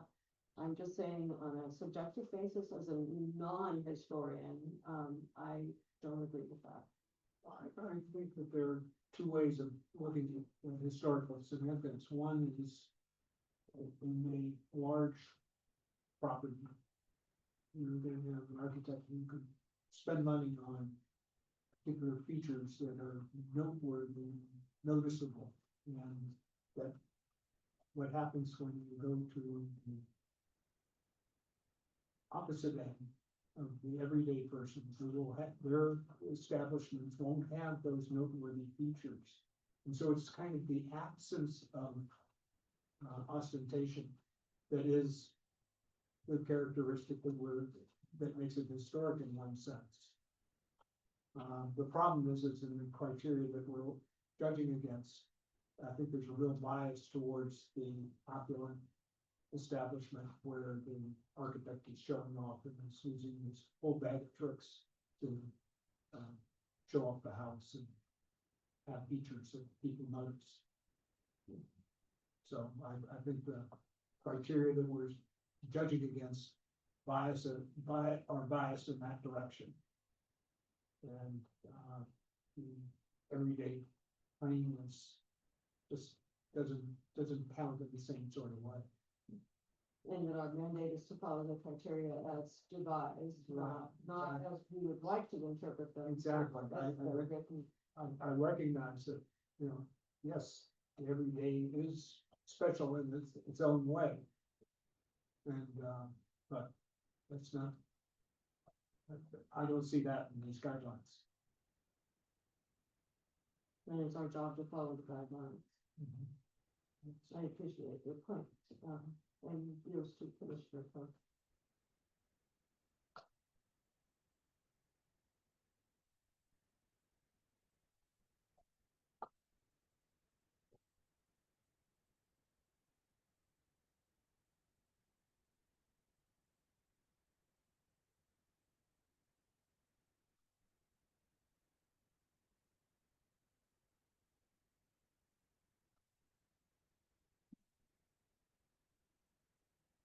Or if anybody want to change your mind?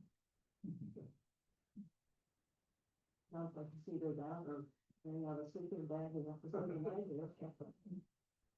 I would also just reiterate that, the reports were prepared by historians that meet the National Parks Service qualifications, and it is, sort of our responsibility to rely on, the expert opinions of the qualified historians while we welcome public comment and, compelling, we are obliged to, rely on the qualified historians' expertise. Thank you for pointing that out. Because I agree with what you said, and I think there's a lot in this that I wish it was another way. And I would love to have another house on the HRI. And I think there are some really nice features in that house that potentially could be, could be argued that are historic. But what I wish for and what the reality is of what we're being asked to analyze and to look at by the experts that have been chosen in the environment that we're in, I don't get what I wish for.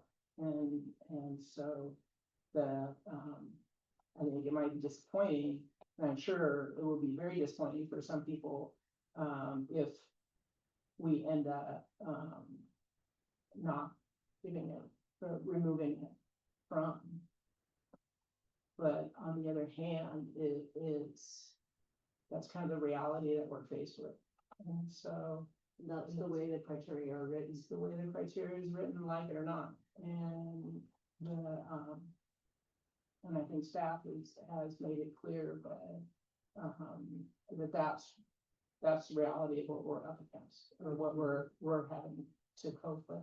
And that's our task, is to follow what's here. Yeah. And to follow the recommendations of the independent historian that the city has chosen. Yeah, we don't get to make changes, or we don't get to assert really what we wish for. That's the way government works. But as much as we might not like it, that's the way it is. And we don't really get to disagree with the Page and Trimble finding that it's not of historic significance. We can disagree all we want, but in the end, that if we really seriously want to disagree with it, then yeah, we're gonna have to go through this by bit by bit by bit by bit, and come up with very succinct, very actionable and clearly objective and all that. And I personally, I don't feel that I have the training that would allow me to do that. But I think and again, it's as a citizen, I can wish one way, but as somebody who is part of this commission and has to act as part of the commission, I don't feel that I'm qualified to be able to go through this in each little part and provide the level of analysis and critique and change that would make this a valid document or valid findings. And again, and correct me if I'm wrong, that what we decide has to get, does this go before council? Does council? So it's a little confusing. So the code amendments that have been approved by council, they go into effect 30 days after the second reading. So we're in that 30-day period. So currently, the effective code would say that you're the final decision-making body. However, it could be appealed. So it could end up at council, but your decision tonight is final unless it's appealed. Unless it's appealed. Okay. Who's able to appeal? I believe it would be, since it remains in chapter 11 or 12, I believe it would be. Yeah, I understand should be any interested party could appeal it. Any interested party currently could appeal it. I believe that will no longer be the case when the amended code goes into it.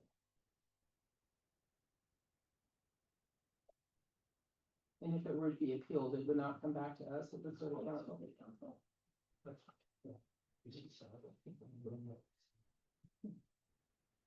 And if ultimately the recommendation is to remove the property from HRI, then what happens to the property will still go to the planning commission, is that right? So if it is removed from the HRI, and redevelopment is pursued, for single-family residential development, one-story homes are processed administratively. So that means at staff level, they don't go to a public hearing. And then two-story homes will go to the zoning administrator to a public hearing. Demolition would not go to any of the bodies. No, so the demolition permit there would need to be a design review permit approved before a demolition permit would be issued. So, you know, there still is a few steps that would need to occur before demolition would happen. I see.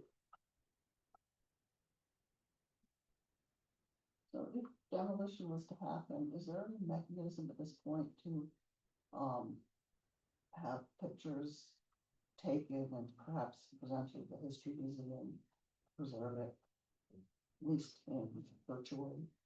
There's nothing that the city could require.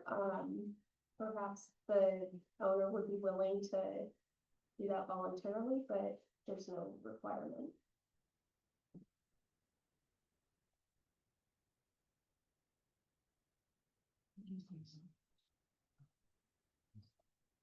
Once again, I'm finding it hard to hold out for the way I would like to vote. Anything. So should we vote in favor of the motion? Unfortunately. Okay, so we're agreed. We all vote in favor of the motion as outlined by Commissioner Adams and seconded by Commissioner Cole. We have a new motion. That we endorse for each other. Report by staff. Taking 81 Pepper Hall for historic register of council. A second. Okay, Commissioner Coe, in favor? In favor. Commissioner Adams? In favor. Vice Chair, McGuire, Reluctantly. and Chair Hopkins. Also reluctantly in favor. The motion passes. That's misleading by you guys. There's a 2008 report that added it to the list, that you guys were trying to omit and keep them from referencing for their reason to keep it on. The sole purpose is the reason we take it off, it's already on a list. And you're misleading them and saying they have to cite a reason to justify from these new reports, as opposed to citing the 2008 report that already has it on it. That's misleading, you guys did it on purpose, and you should be ashamed of yourself. All they need to do is cite the 2008 report that already has it on. Can you it. please step outside the meeting's still in progress, I'm sorry. Mr. Speaker, that's not fair. You made these people vote against their conscience and what they thought was right. We'll have to talk about Absolutely. your recourse. Okay.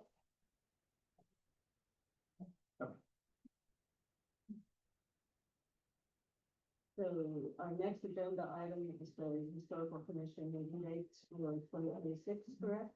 Yes. And there's been a suggestion that we change from Monday nights to Wednesday. Is that an option? Yes, and I wanted to provide some clarification on that too, that I received. Patient may not be as beneficial as maybe was hoped. So generally or traditionally, we've provided the publishing of the reports and the packets on the Thursday before the meeting. That's based on legal requirements that provide the documentation 72 hours in advance of the meeting. If the meeting moves to Wednesday, it'll still be 72 hours in advance of the meeting. Oh, it wouldn't be Thursday anymore. No, it wouldn't be Thursday anymore, it would switch, it would change. And that's a change in the last year that's happening to all the commissions where things are published, not always on a Thursday. This is our traditional day for many years, and that's been changed. I've been advised in the last day. Commissioner Stussel, thank you for returning. We should have come to that. Thank you, Sal. So Sean is just speaking to the suggestion we had earlier that maybe we wanted to move our meeting night from Monday to Wednesday, thinking that we could have the information on Thursday, but he's saying the information will only be available 72 hours in advance. I just feel like we get asked to work on very important things with pretty much no time, no background. Like the whole Mills Act thing, where I just felt like blindsided last meeting. Why weren't we involved in the whole process to begin with? I can't speak to that. I mean, I could find out, I could talk to the director, but I couldn't answer that question. I was involved only towards the end of the process in reviewing the proposed ordinance, but I wasn't party to its creation at all, so I couldn't It speak just to that. seems like, do they want us involved in any of this or not? I just wonder sometimes. No, I mean, generally, I think the expectation, of course, is that when ordinances are created or policies are created, then the expectation is if they have a direct impact on the historic commission, that they're supposed to be considered by the commission. Now, the commission, when it comes to ordinance modifications, isn't, while they may provide input, the acting bodies of planning commission and council. Planning commission provides the recommendation and council takes final action. So that's kind of the limitation, I think, of how the section is written in regards to zoning code change and ordinance change. And so that's why they came to you for input, but then not an action. So it wasn't like a discussion or action item, it was for input. And that could have been, a whole series of things. You could have talked about the entire things and have recommendations without an action, which is common sometimes. We do get from council sometimes comments. We get motions and then with comments that aren't part of the motion. So you could have provided comments during that, and then that would have been conveyed to the planning commission. And if the planning commission wanted to act on those comments, then it could have been part of their motion for revision. I think Commissioner Stussel could say something, yeah? I think the issue is more, I think piggybacking on what Commissioner Nagus said was, no seeking of input from the historical commission before going forward. And I think that's really what we heard before, and I think that's what we're addressing, was that process, the process seemed to be backwards.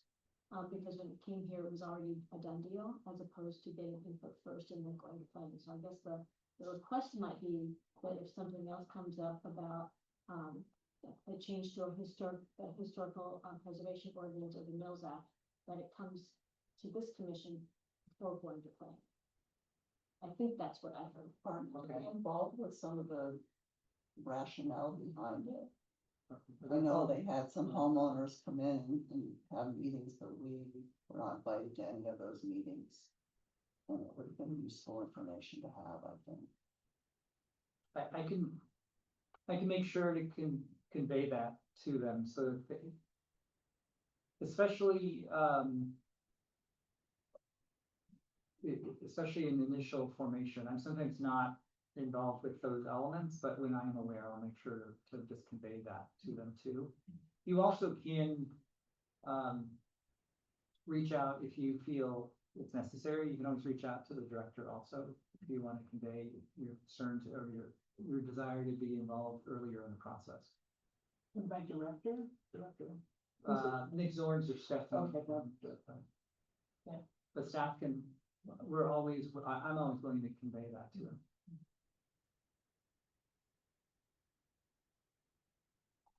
Yeah, it seems to me that the part that was really missing in that whole, because what we're charged to do is put things up against what is, you know, what the historical, guidelines are by the state and by the, state and national, and look at it purely from the historical perspective. And that didn't happen. And so I think something was missed in that process by, you know, I'm sure Nick and everybody, they can look at, you know, chapter and verse on what the law says, but to really put it up against the ideas of historical preservation, what we're trying to do and all that, and that's the part that didn't happen.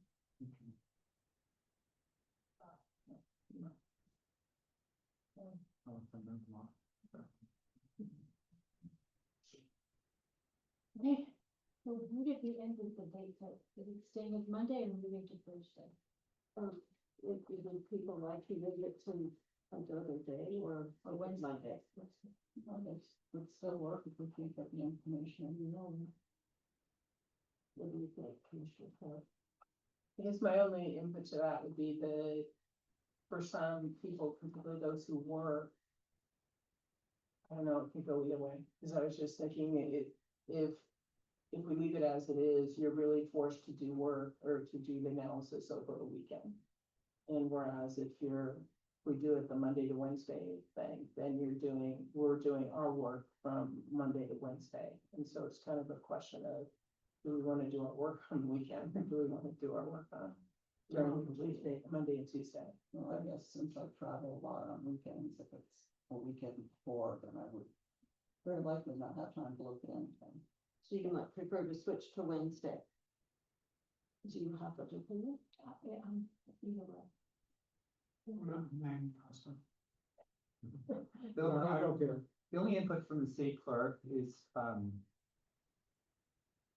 though there isn't any rule to prevent you from changing it, of course, they would like to make sure that this isn't like a common occurrence of from year to year is changing from date to date, because it's been consistently on a Monday, so if it's going to be a Wednesday, then we recommend that you try and make that work in the future, so it avoids confusion for the public, because the public's been pretty commonly used to the last Monday on the fourth Monday of the month. Is there an issue with, because council meets Tuesday, right? Tuesday, Wednesday, so is that? But what we might decide on Monday, it can't affect council on Tuesday anyway, right? Because they're without the No. meet, so They that's draw not a an line issue. because it's the fourth So, Monday, yeah. it's the fourth Monday, fourth Wednesday don't conflict with either of those, and then conflict with the zoning administrator, who's the first and third Wednesday, which would be the same day, but it's, since you're the fourth, it skips about a week. So in terms of that pipeline of information and decisions, it wouldn't have anything. No, no, it shouldn't at all. I mean, and generally you meet only four times a year unless we have additional items that come up. I think we've had some special meetings because of like the code and other things this year. But normally it's 4 meetings. So it's not monthly. 4 meetings plus we have to go before city council, right? For our work plan. Yeah, you have your work plan, you try to meet it. And when is that 30 minutes. typically? That's a Tuesday, yeah. Yeah, it varies. I don't know when it's coming up next. So how do we proceed? Well, I think it's just a discussion and then a motion and action on whether you're gonna accept the Monday meeting dates on the fourth Monday of each month, or whether you would like to, not each month, of January, April, August, and October, or whether you would like to have the fourth Wednesday of January, April, August, or October. It sounds like from Suzanne that a Wednesday would be better for you because of the travel. General, yeah. And you point about the advantage of Wednesday, is it means not for so much weekend work for those who have other plans on weekends. Imagine that. I'm checking to see that there are no like religious holidays or something. You try to be aware Oh, of like, We meet in October.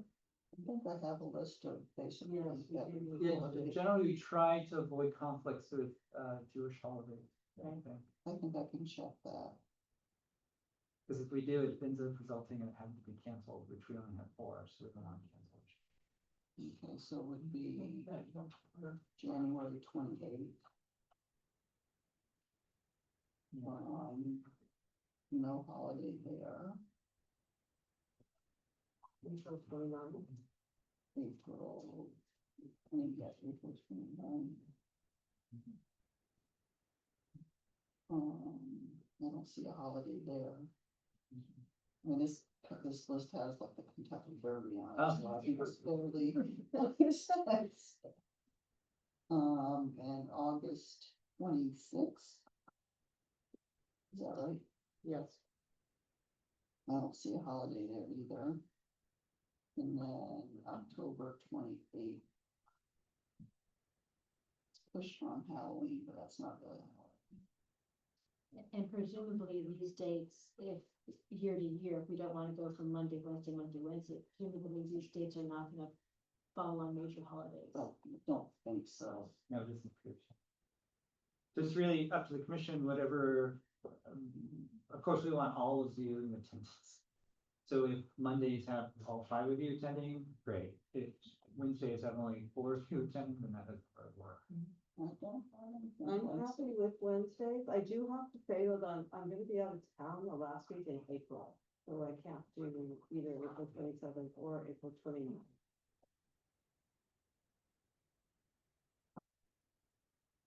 I think I'm pretty clear on either day for both, all of those next year.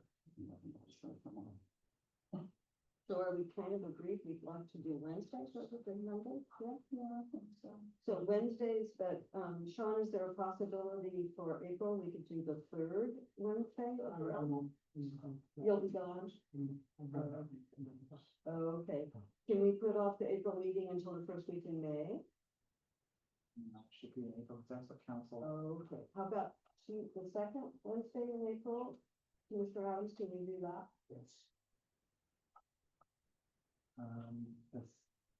That's the 8th. Is that the 8th? I think that would work for me. That may even be better too, because, we always run into the problem with, the Historic Preservation Award and all these things that we needed to bring it to the May meeting for council, and then the meeting dates like are too late. So it may actually be better for you. That's, so yeah, I think the zoning administrators 1st and 3rd, and the 2nd to the 8th, okay. So you're thinking April 8th. And the 28th of January.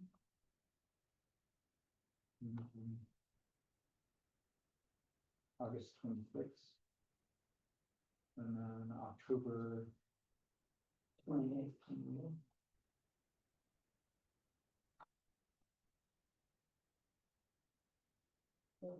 Or, Do you need a motion for that? I don't remember it. That was cleaner. What's the January date? January 28th, April 8th, August 26th, and October 28th. I move that we do those 4 meetings that Polly was said.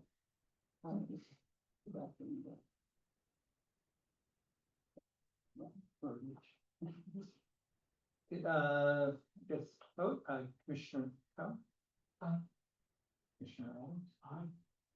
Vice Chair McGuire Vegas? Aye. Commissioner Scissell? Yes.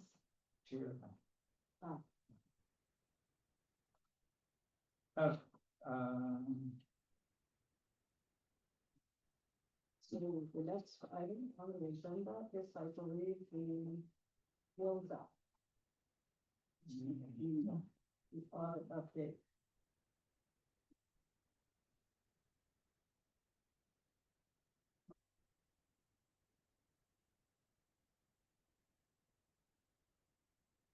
maybe a little PowerPoint if it comes out fine.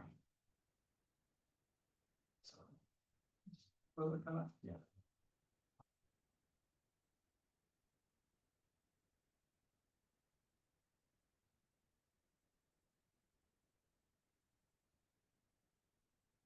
No, I don't want to put that.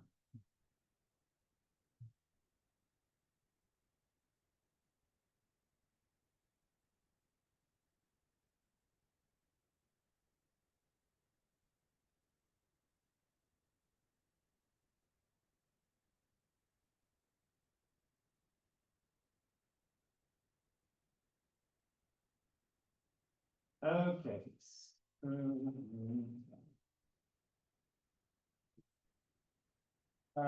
Good evening, Chair Atkinson, Chair Atkinson, Commissioners. My name is Sean Gallegos. I am a senior planner. Tonight I'll be providing an update on the city's 2024-2025 and quinquennial Mills Act audit. As you know, the Mills Act is one of the state's most important preservation incentive programs. It allows cities like Los Altos to partner with private property owners to ensure long-time preservation for historic homes while offering meaningful financial benefit in return. This update summarizes the findings of the city's 5-year compliance review.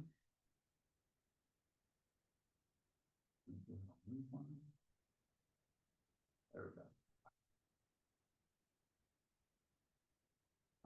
So the Mills Act, as you're all probably aware, is a state incentive program authorized under a state governmental code. It encourages historic preservation and rehabilitation of qualified historic properties by allowing owners to receive a property tax reduction in exchange for maintaining properties consistent with Secretary of Interior standards for rehabilitation. No, correct.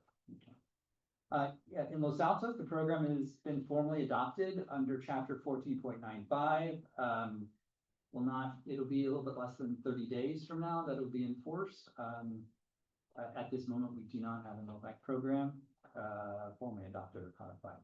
We currently have 17 active Mills Act contracts, all for privately owned properties that are either locally designated as historic landmarks or historic resources. Per state law in our new ordinance, it's intended for each property to have a general inspection at least every 5 years to verify compliance. An inspection is a broad term.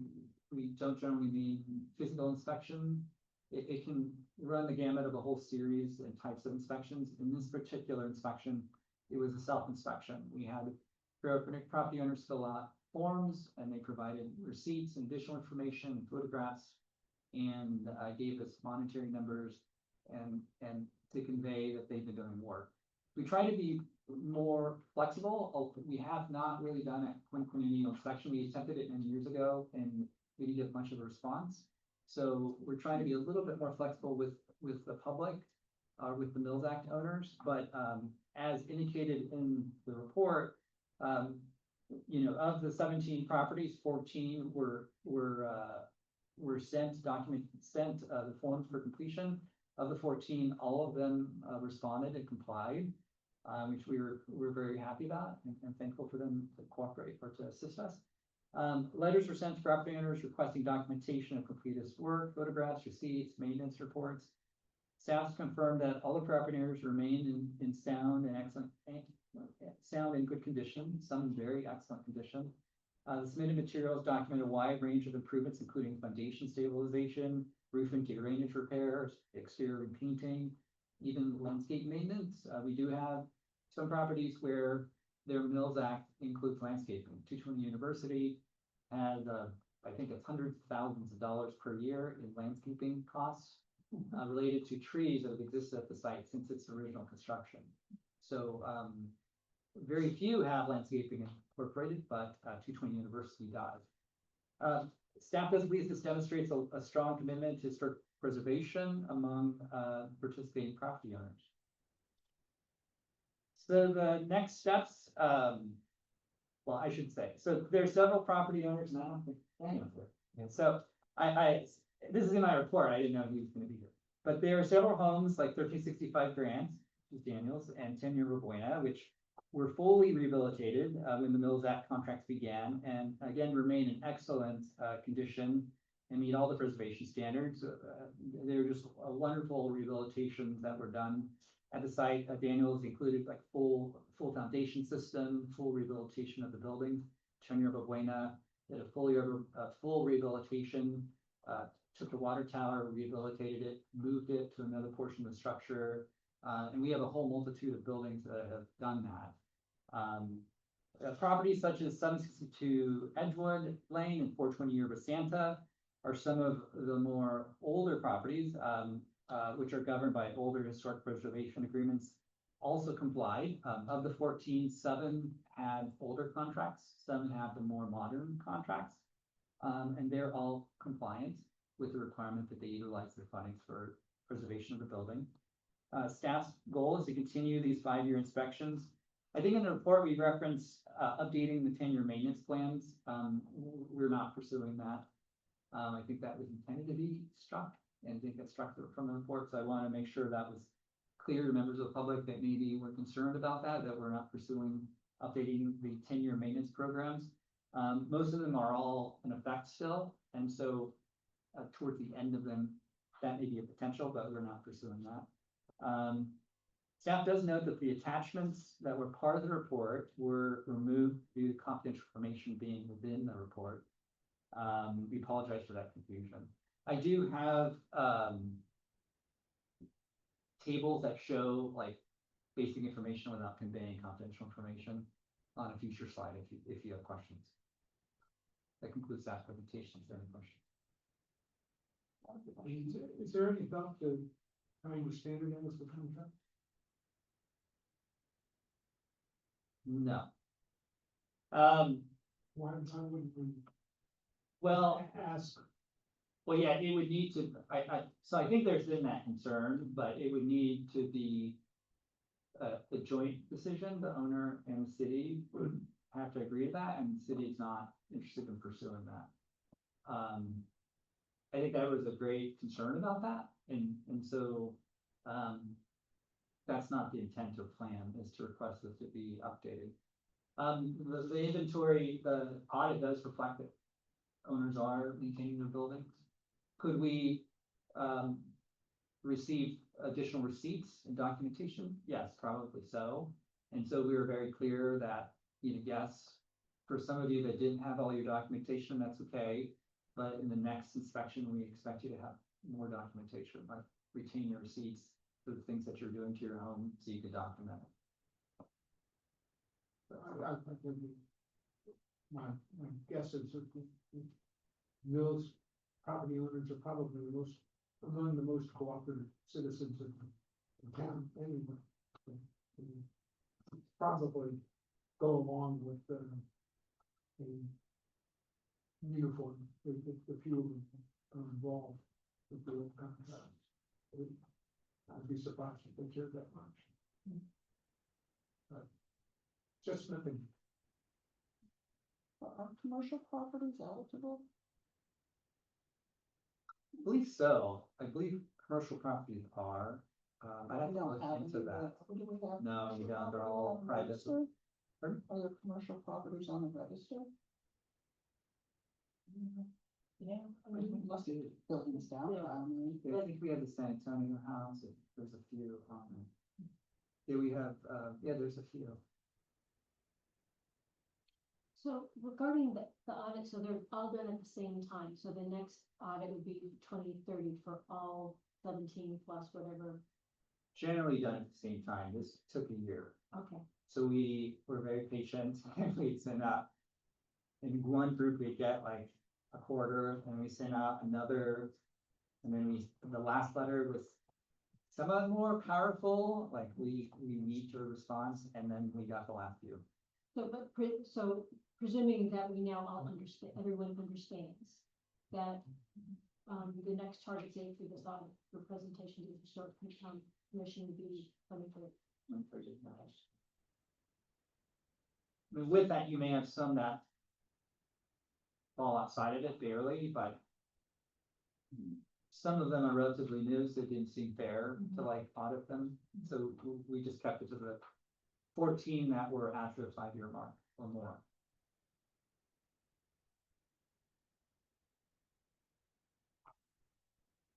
So what are we doing?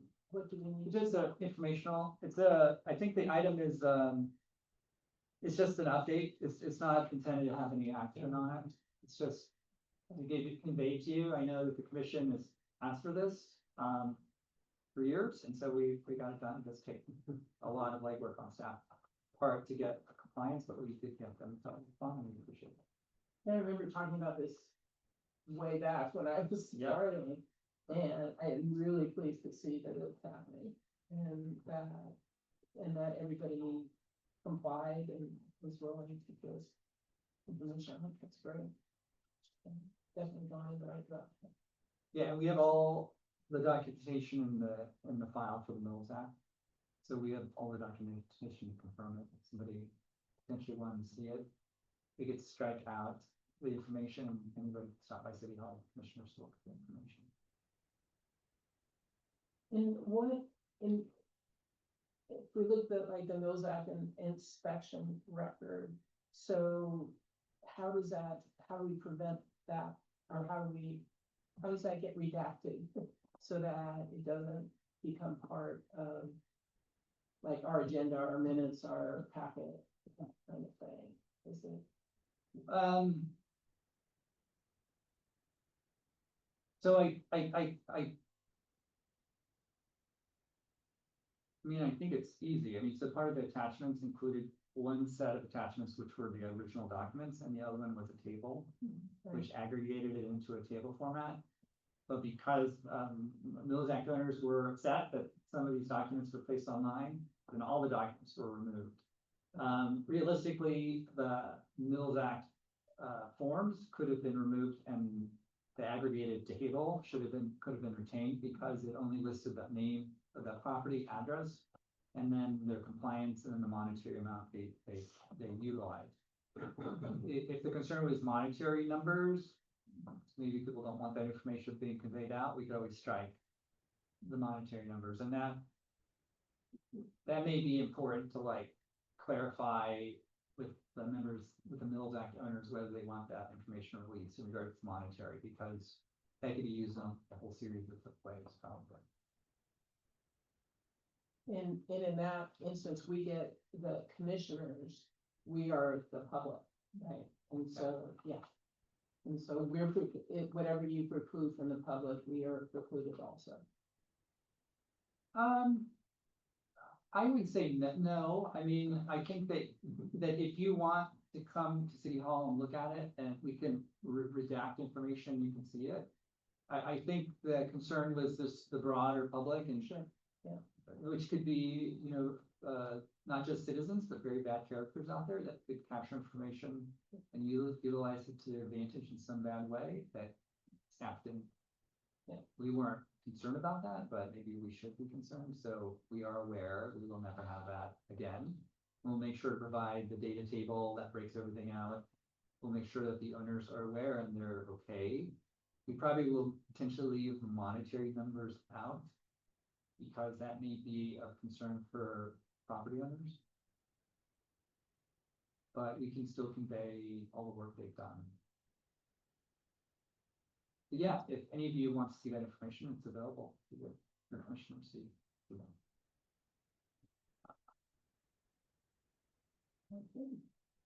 Is it possible to get the table, the aggregate information? I can ask if I could do it. I have, This is the thing. Oh, you got it, did you- yeah. oh, did you get it before? Yeah, by the time I got there, it was already. I know, it was gone. This is going in the shredder, no worries. Yeah, I think, see.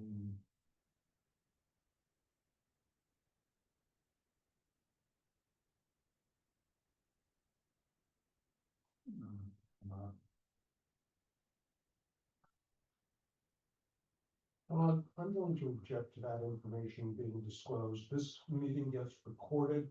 You know, there was a conversation with the city manager about taking that information off the web, and to put it up here is completely in violation of the explicit directions from the city manager to remove all of those documents from the public view.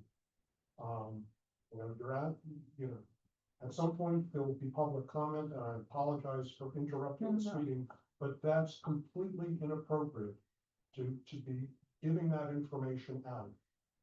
It was provided in confidence to the city staff, and it's a violation of people's privacy. There are security concerns, and, you know, presenting it here, this information gets archived, and it's inappropriate for it to be disclosed. And I'm sorry to be speaking out of turn, but this is too important. Thank you.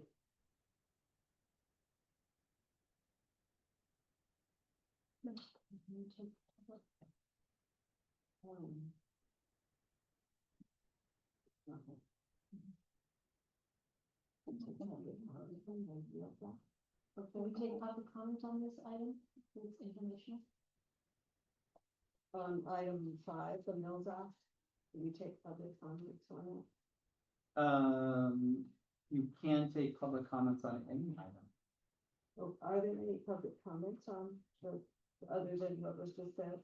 We have someone else who'd like to speak. There's a number of us who filled out speaker cards, myself included. Maybe incorporated into, I don't have one. Okay, Oh, those were there for was the five. other, that was for the other items, right? Yeah, five. Oh, okay, sorry, I didn't need a 5, yeah.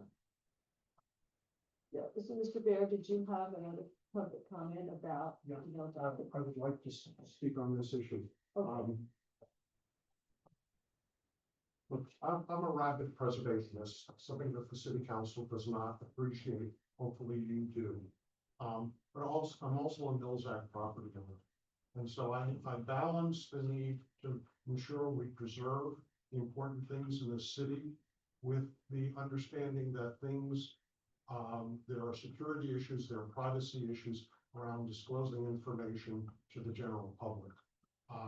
Should you be interested and concerned about people using their properly maintaining Mills Act properties? Absolutely. The conclusion of what Sean has said in this meeting, as well as in the report, some of which you do not have access to, is that every one of the 15 Mills Act property owners has properly maintained their property. I'll be snarky and say if 81 Pepper had been on the Mills Act, maybe it too would have been properly maintained, but that's an aside. The simple fact is whether we have to report on that information, provide receipts or not, people who own these properties are taking good care of those properties. Not every contract, there are 6 contracts that do not require the level of reporting that the city asks for. All of us have provided more information. Of the 6 who do have limited reporting requirements, we provided more information than is required. It was an incredible slap in the face, and I'm speaking merely for myself, but I think others may say similarly tonight, to have that information publicly disclosed. It gives me no level of confidence that information in the future may not be released. And I, you know, just so the record is clear, I have fully restored our home. We have spent approximately 200 years worth of tax savings in the restoration. We've pre-invested, and we've only owned the house for 30 years. We have about another 170 years worth of tax savings that we should be collecting. Okay? And of course, that doesn't include all the other maintenance that we plan to do over the years. The reality is, I appreciate the fact that the Historical Commission wants to make sure that Mills Act property owners are doing the right thing. the preponderance of evidence says that they are. And, you know, the question is, why do we need to ratchet up the review process if people are doing what they should do? Staff is already overworked, and it doesn't seem appropriate to overburden Millsack property owners. Thank you very much. How are we ratcheting up? I'm sorry. How are we, in what we're talking about, okay, yeah, assuming that we take care of the non-disclosure issues, which is clear. How are we ratcheting, requiring a 5-year? No, as an example, one of the recommendations in the report is to require 10-year maintenance plans from all Millsack property owners. But we're, John just said we're not doing, that's struck.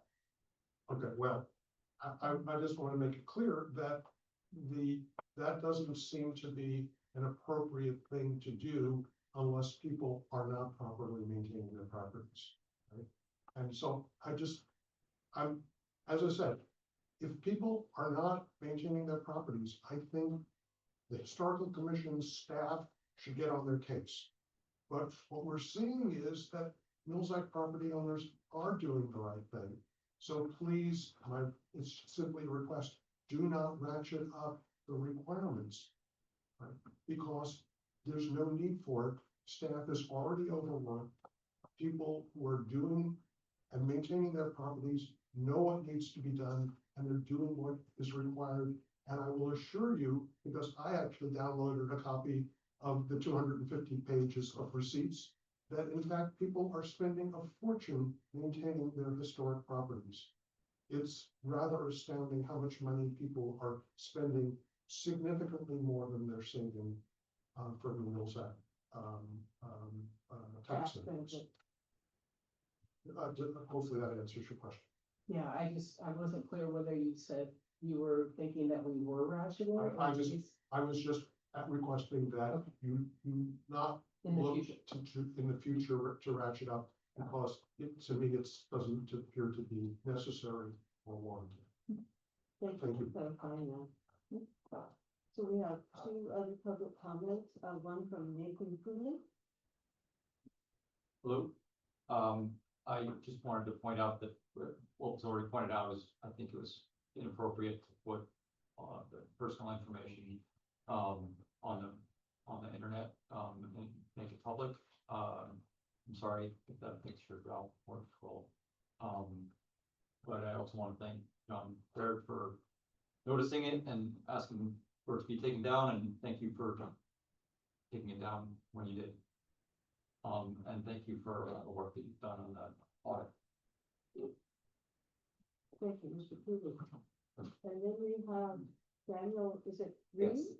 Reo. What is it? Last name is Reo. Rail, Yes, thank you. yeah, we have one of the Mills Act homeowners, and I just have a very quick comment. I just want to thank Sean for the whole process, how he managed it. It was very professional, very efficient, and was very supportive in the whole process and explaining how everything went. So it was just it was very nice to work with Sean. Thank you. Thank you for your comment. So that concludes the public comments on the Mills Act item 5. Sean, should we move on then to the commissioners' reports, unless you have anything to add? No, I do not. So commissioners' reports, we should each say kind of what we've been working on independently. Or if you're part of the subcommittee, or if you've attended some other kind of item related to the commission, then it's not too for you to speak, or for any commissioner to speak. Okay, would anyone like to speak to that? Or-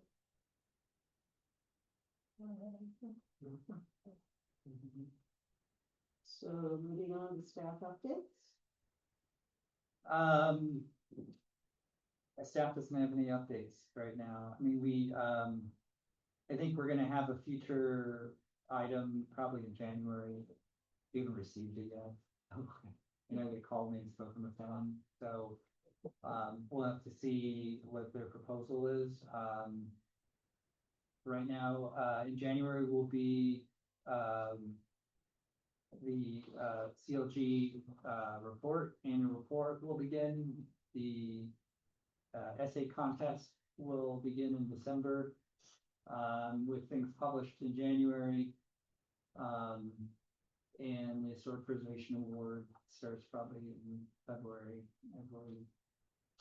And so, January's meeting will be filled with that. That'll be upcoming. When does the work plan happen the next year?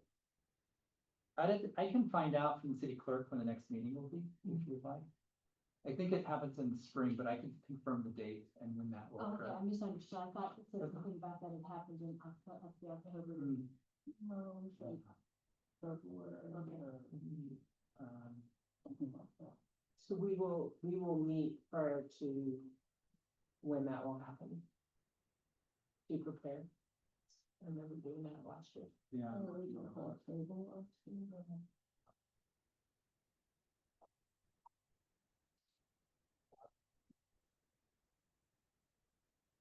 I can find out and I can find out tonight or tomorrow and then send you when the last date was, so that we can schedule it, we can let you know generally when it will be.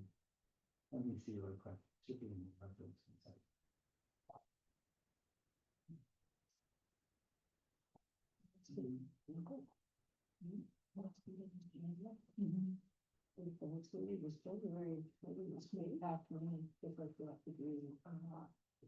Work on. This will have to be work plan if. Then February, March, April. If the work plan is gonna happen between January and April, we have to include that in January. If time, it's gonna be good. I have down, we'll have to see, I don't have the council report, but I do see, because somehow a lot of our historical commission, historical documents are all, don't know. I don't have everything, but, I do see that it was prepared February 3rd, 2025, so it's gonna be February, March era, when the work plan should occur, and I can confirm with the city clerk tomorrow. And I can let you know. So when you say that we work on the work plan, does that mean that at the January meeting for the commission, we work on it and then it goes to council on February? Potentially, unless they move the date, then we have to schedule a special meeting to accommodate it, because, that always has to be prepared for the joint meeting. Mhm. So in a worst case scenario, then I would reach out to you to query what dates may work for you, if the request comes after the January meeting, which we've done before. But we could still discuss it at the January meeting. Correct, if the due date is directly before or after, I'll confirm with her so that I can make sure to put it on. I would look at our calendar, but then I'm in person deleted my calendar. I have the paper version, that's it, I need to scan it, but, we have no idea, and I can't restore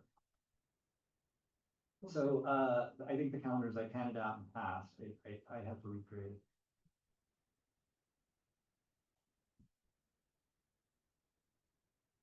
So is there any other, adjournment is the only other thing on your Correct. agenda, correct? Oh, What about potential future agenda items? I think he said he wasn't aware of. Yeah. I think you want to bring an informational item, Yes. so for the ordinance. Yeah, I mean, that's, you have to talk amongst your commissioners. Yeah, so I reached out to Sean, with a request to review the updated ordinance. So when, the historic preservation ordinance and the Mills Act ordinance were presented to this group, it's primarily red line, it's difficult for us to tell what was what. We thought it would come back again, it hasn't. So I thought it might be helpful for us to understand what's the final version of the historic preservation ordinance, what's the final version of the Mills Act ordinance? What are the implications for this commission? What do we need to know about them as we're presented with additional opportunities to either add or delete properties in the, inventory or to consider those act properties. Because it's not clear to me, I don't know that I've seen a final version, a clean final version, so I thought it'd be helpful for us to have that review. That's an excellent idea. I support that. So it would be informational, you know, we're not gonna make a decision on it, but just we'd be able to ask questions for clarification to better understand it. So is it possible to include that as a future agenda item?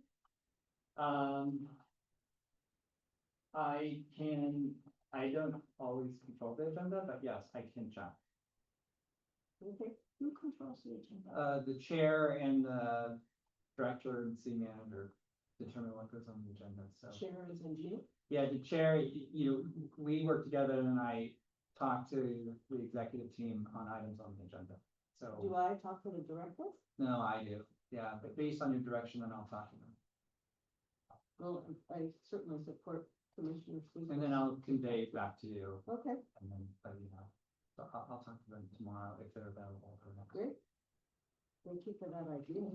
And then I have another question in response to the comment that was made previously, and perhaps this was answered. So, the one individual asked about how public comments are made available to the commissions. I think we know that, but do we somehow need to communicate that to the public about how we get that information? So generally, what happens is every time we receive, a public comment, usually the staff planner who's managing the item, inputs, uploads that document to our, I don't know what to call it, it's a brand new system. We upload it to this online system that then it's attached to the agenda, attached to the item, and then it's published out. It's a new system, so I wouldn't say this is the first item I've had on this new system. So I wouldn't say we're the best. It's very complicated. This seems very complicated to us. So we did send it out and then we followed up with an email. We generally don't send out like emails constantly, like every single comment, you get a new email, we usually batch them and then send it out. If they're received after 2 o'clock, then you don't receive them. And you're generally not notified. What we do recommend is that you check the agenda throughout the day, because it'll populate with all of the new attachments. Because we generally don't try to overwhelm you when we have like 15, 20, you know, whatever number of comments, with just all these emails with another comment. So we try to batch them together. And I'm not asking because I have a question, because I did see them, and then I did notice that there were additional emails that were forwarded today for that topic, so we have them. My question is, how do you let the public know? Right, because it came up like, how does the public know when We don't notify the public, we just publish it online. When we first publish the agenda, it's published, but it's normal practice when we publish not to do a mass email again. Because that's just the direction that we've been, the direction we've been given is not generally to publish every time we have a comment, because we're constantly adding every single moment we receive, we constantly try to add and track it so that we don't lose track of some individual comment. So I guess what I'm saying is, there was a question raised by someone and she wanted to know. So I guess we just, and this is the record to say that, yes, it's published as part of the agenda packet. And they have to just continually check the agenda throughout the day, and it'll convey the attachments and the comments that are being added. I think with this commission, I generally have tried to email you. I try not to barrage you that much. The other commissions, I don't control that, but. It seems a number of the residents have our individual emails, because I got a slew of emails from residents today, before you sent the updated agenda. Well, so if people are sending emails on a weekend, they're not gonna be posted until Monday.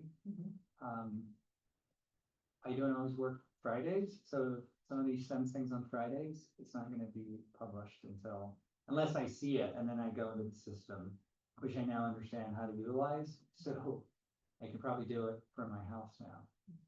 but I needed assistance today, so I'm sorry for that.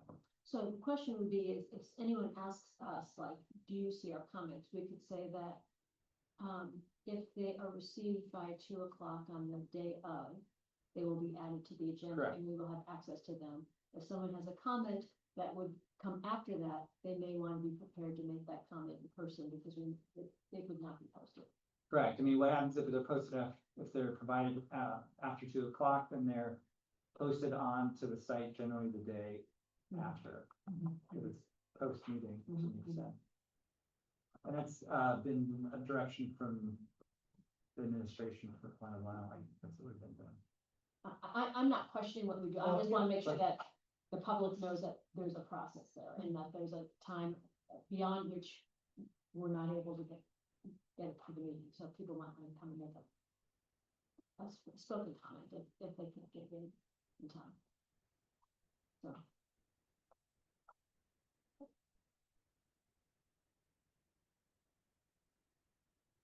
Maybe you want to have anything else to add, or? Is there anybody? Oh, you did, after yes now. I have items I put on the next agenda, next meeting, if possible, I guess, my, architect has been working with John Brittany, since like August. It's trying to, make sure that it's getting on the agenda. Yeah, you work with Brittany and then Brittany replaced her on the agenda in January, that would be the next meeting date, would be. Yeah, January. yeah, So you can just work with her and she can get you placed on the agenda, if that would be pretty straightforward. yeah, As long as you're complete and ready to go. that's great, yeah. It's, yeah, we have the, I guess, like writing house currently, and I'm trying to just, get through this process, so to get this, like, livable.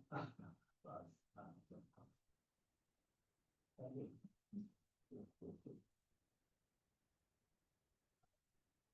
So are we ready to adjourn tonight? Yeah, okay, so the meeting is adjourned,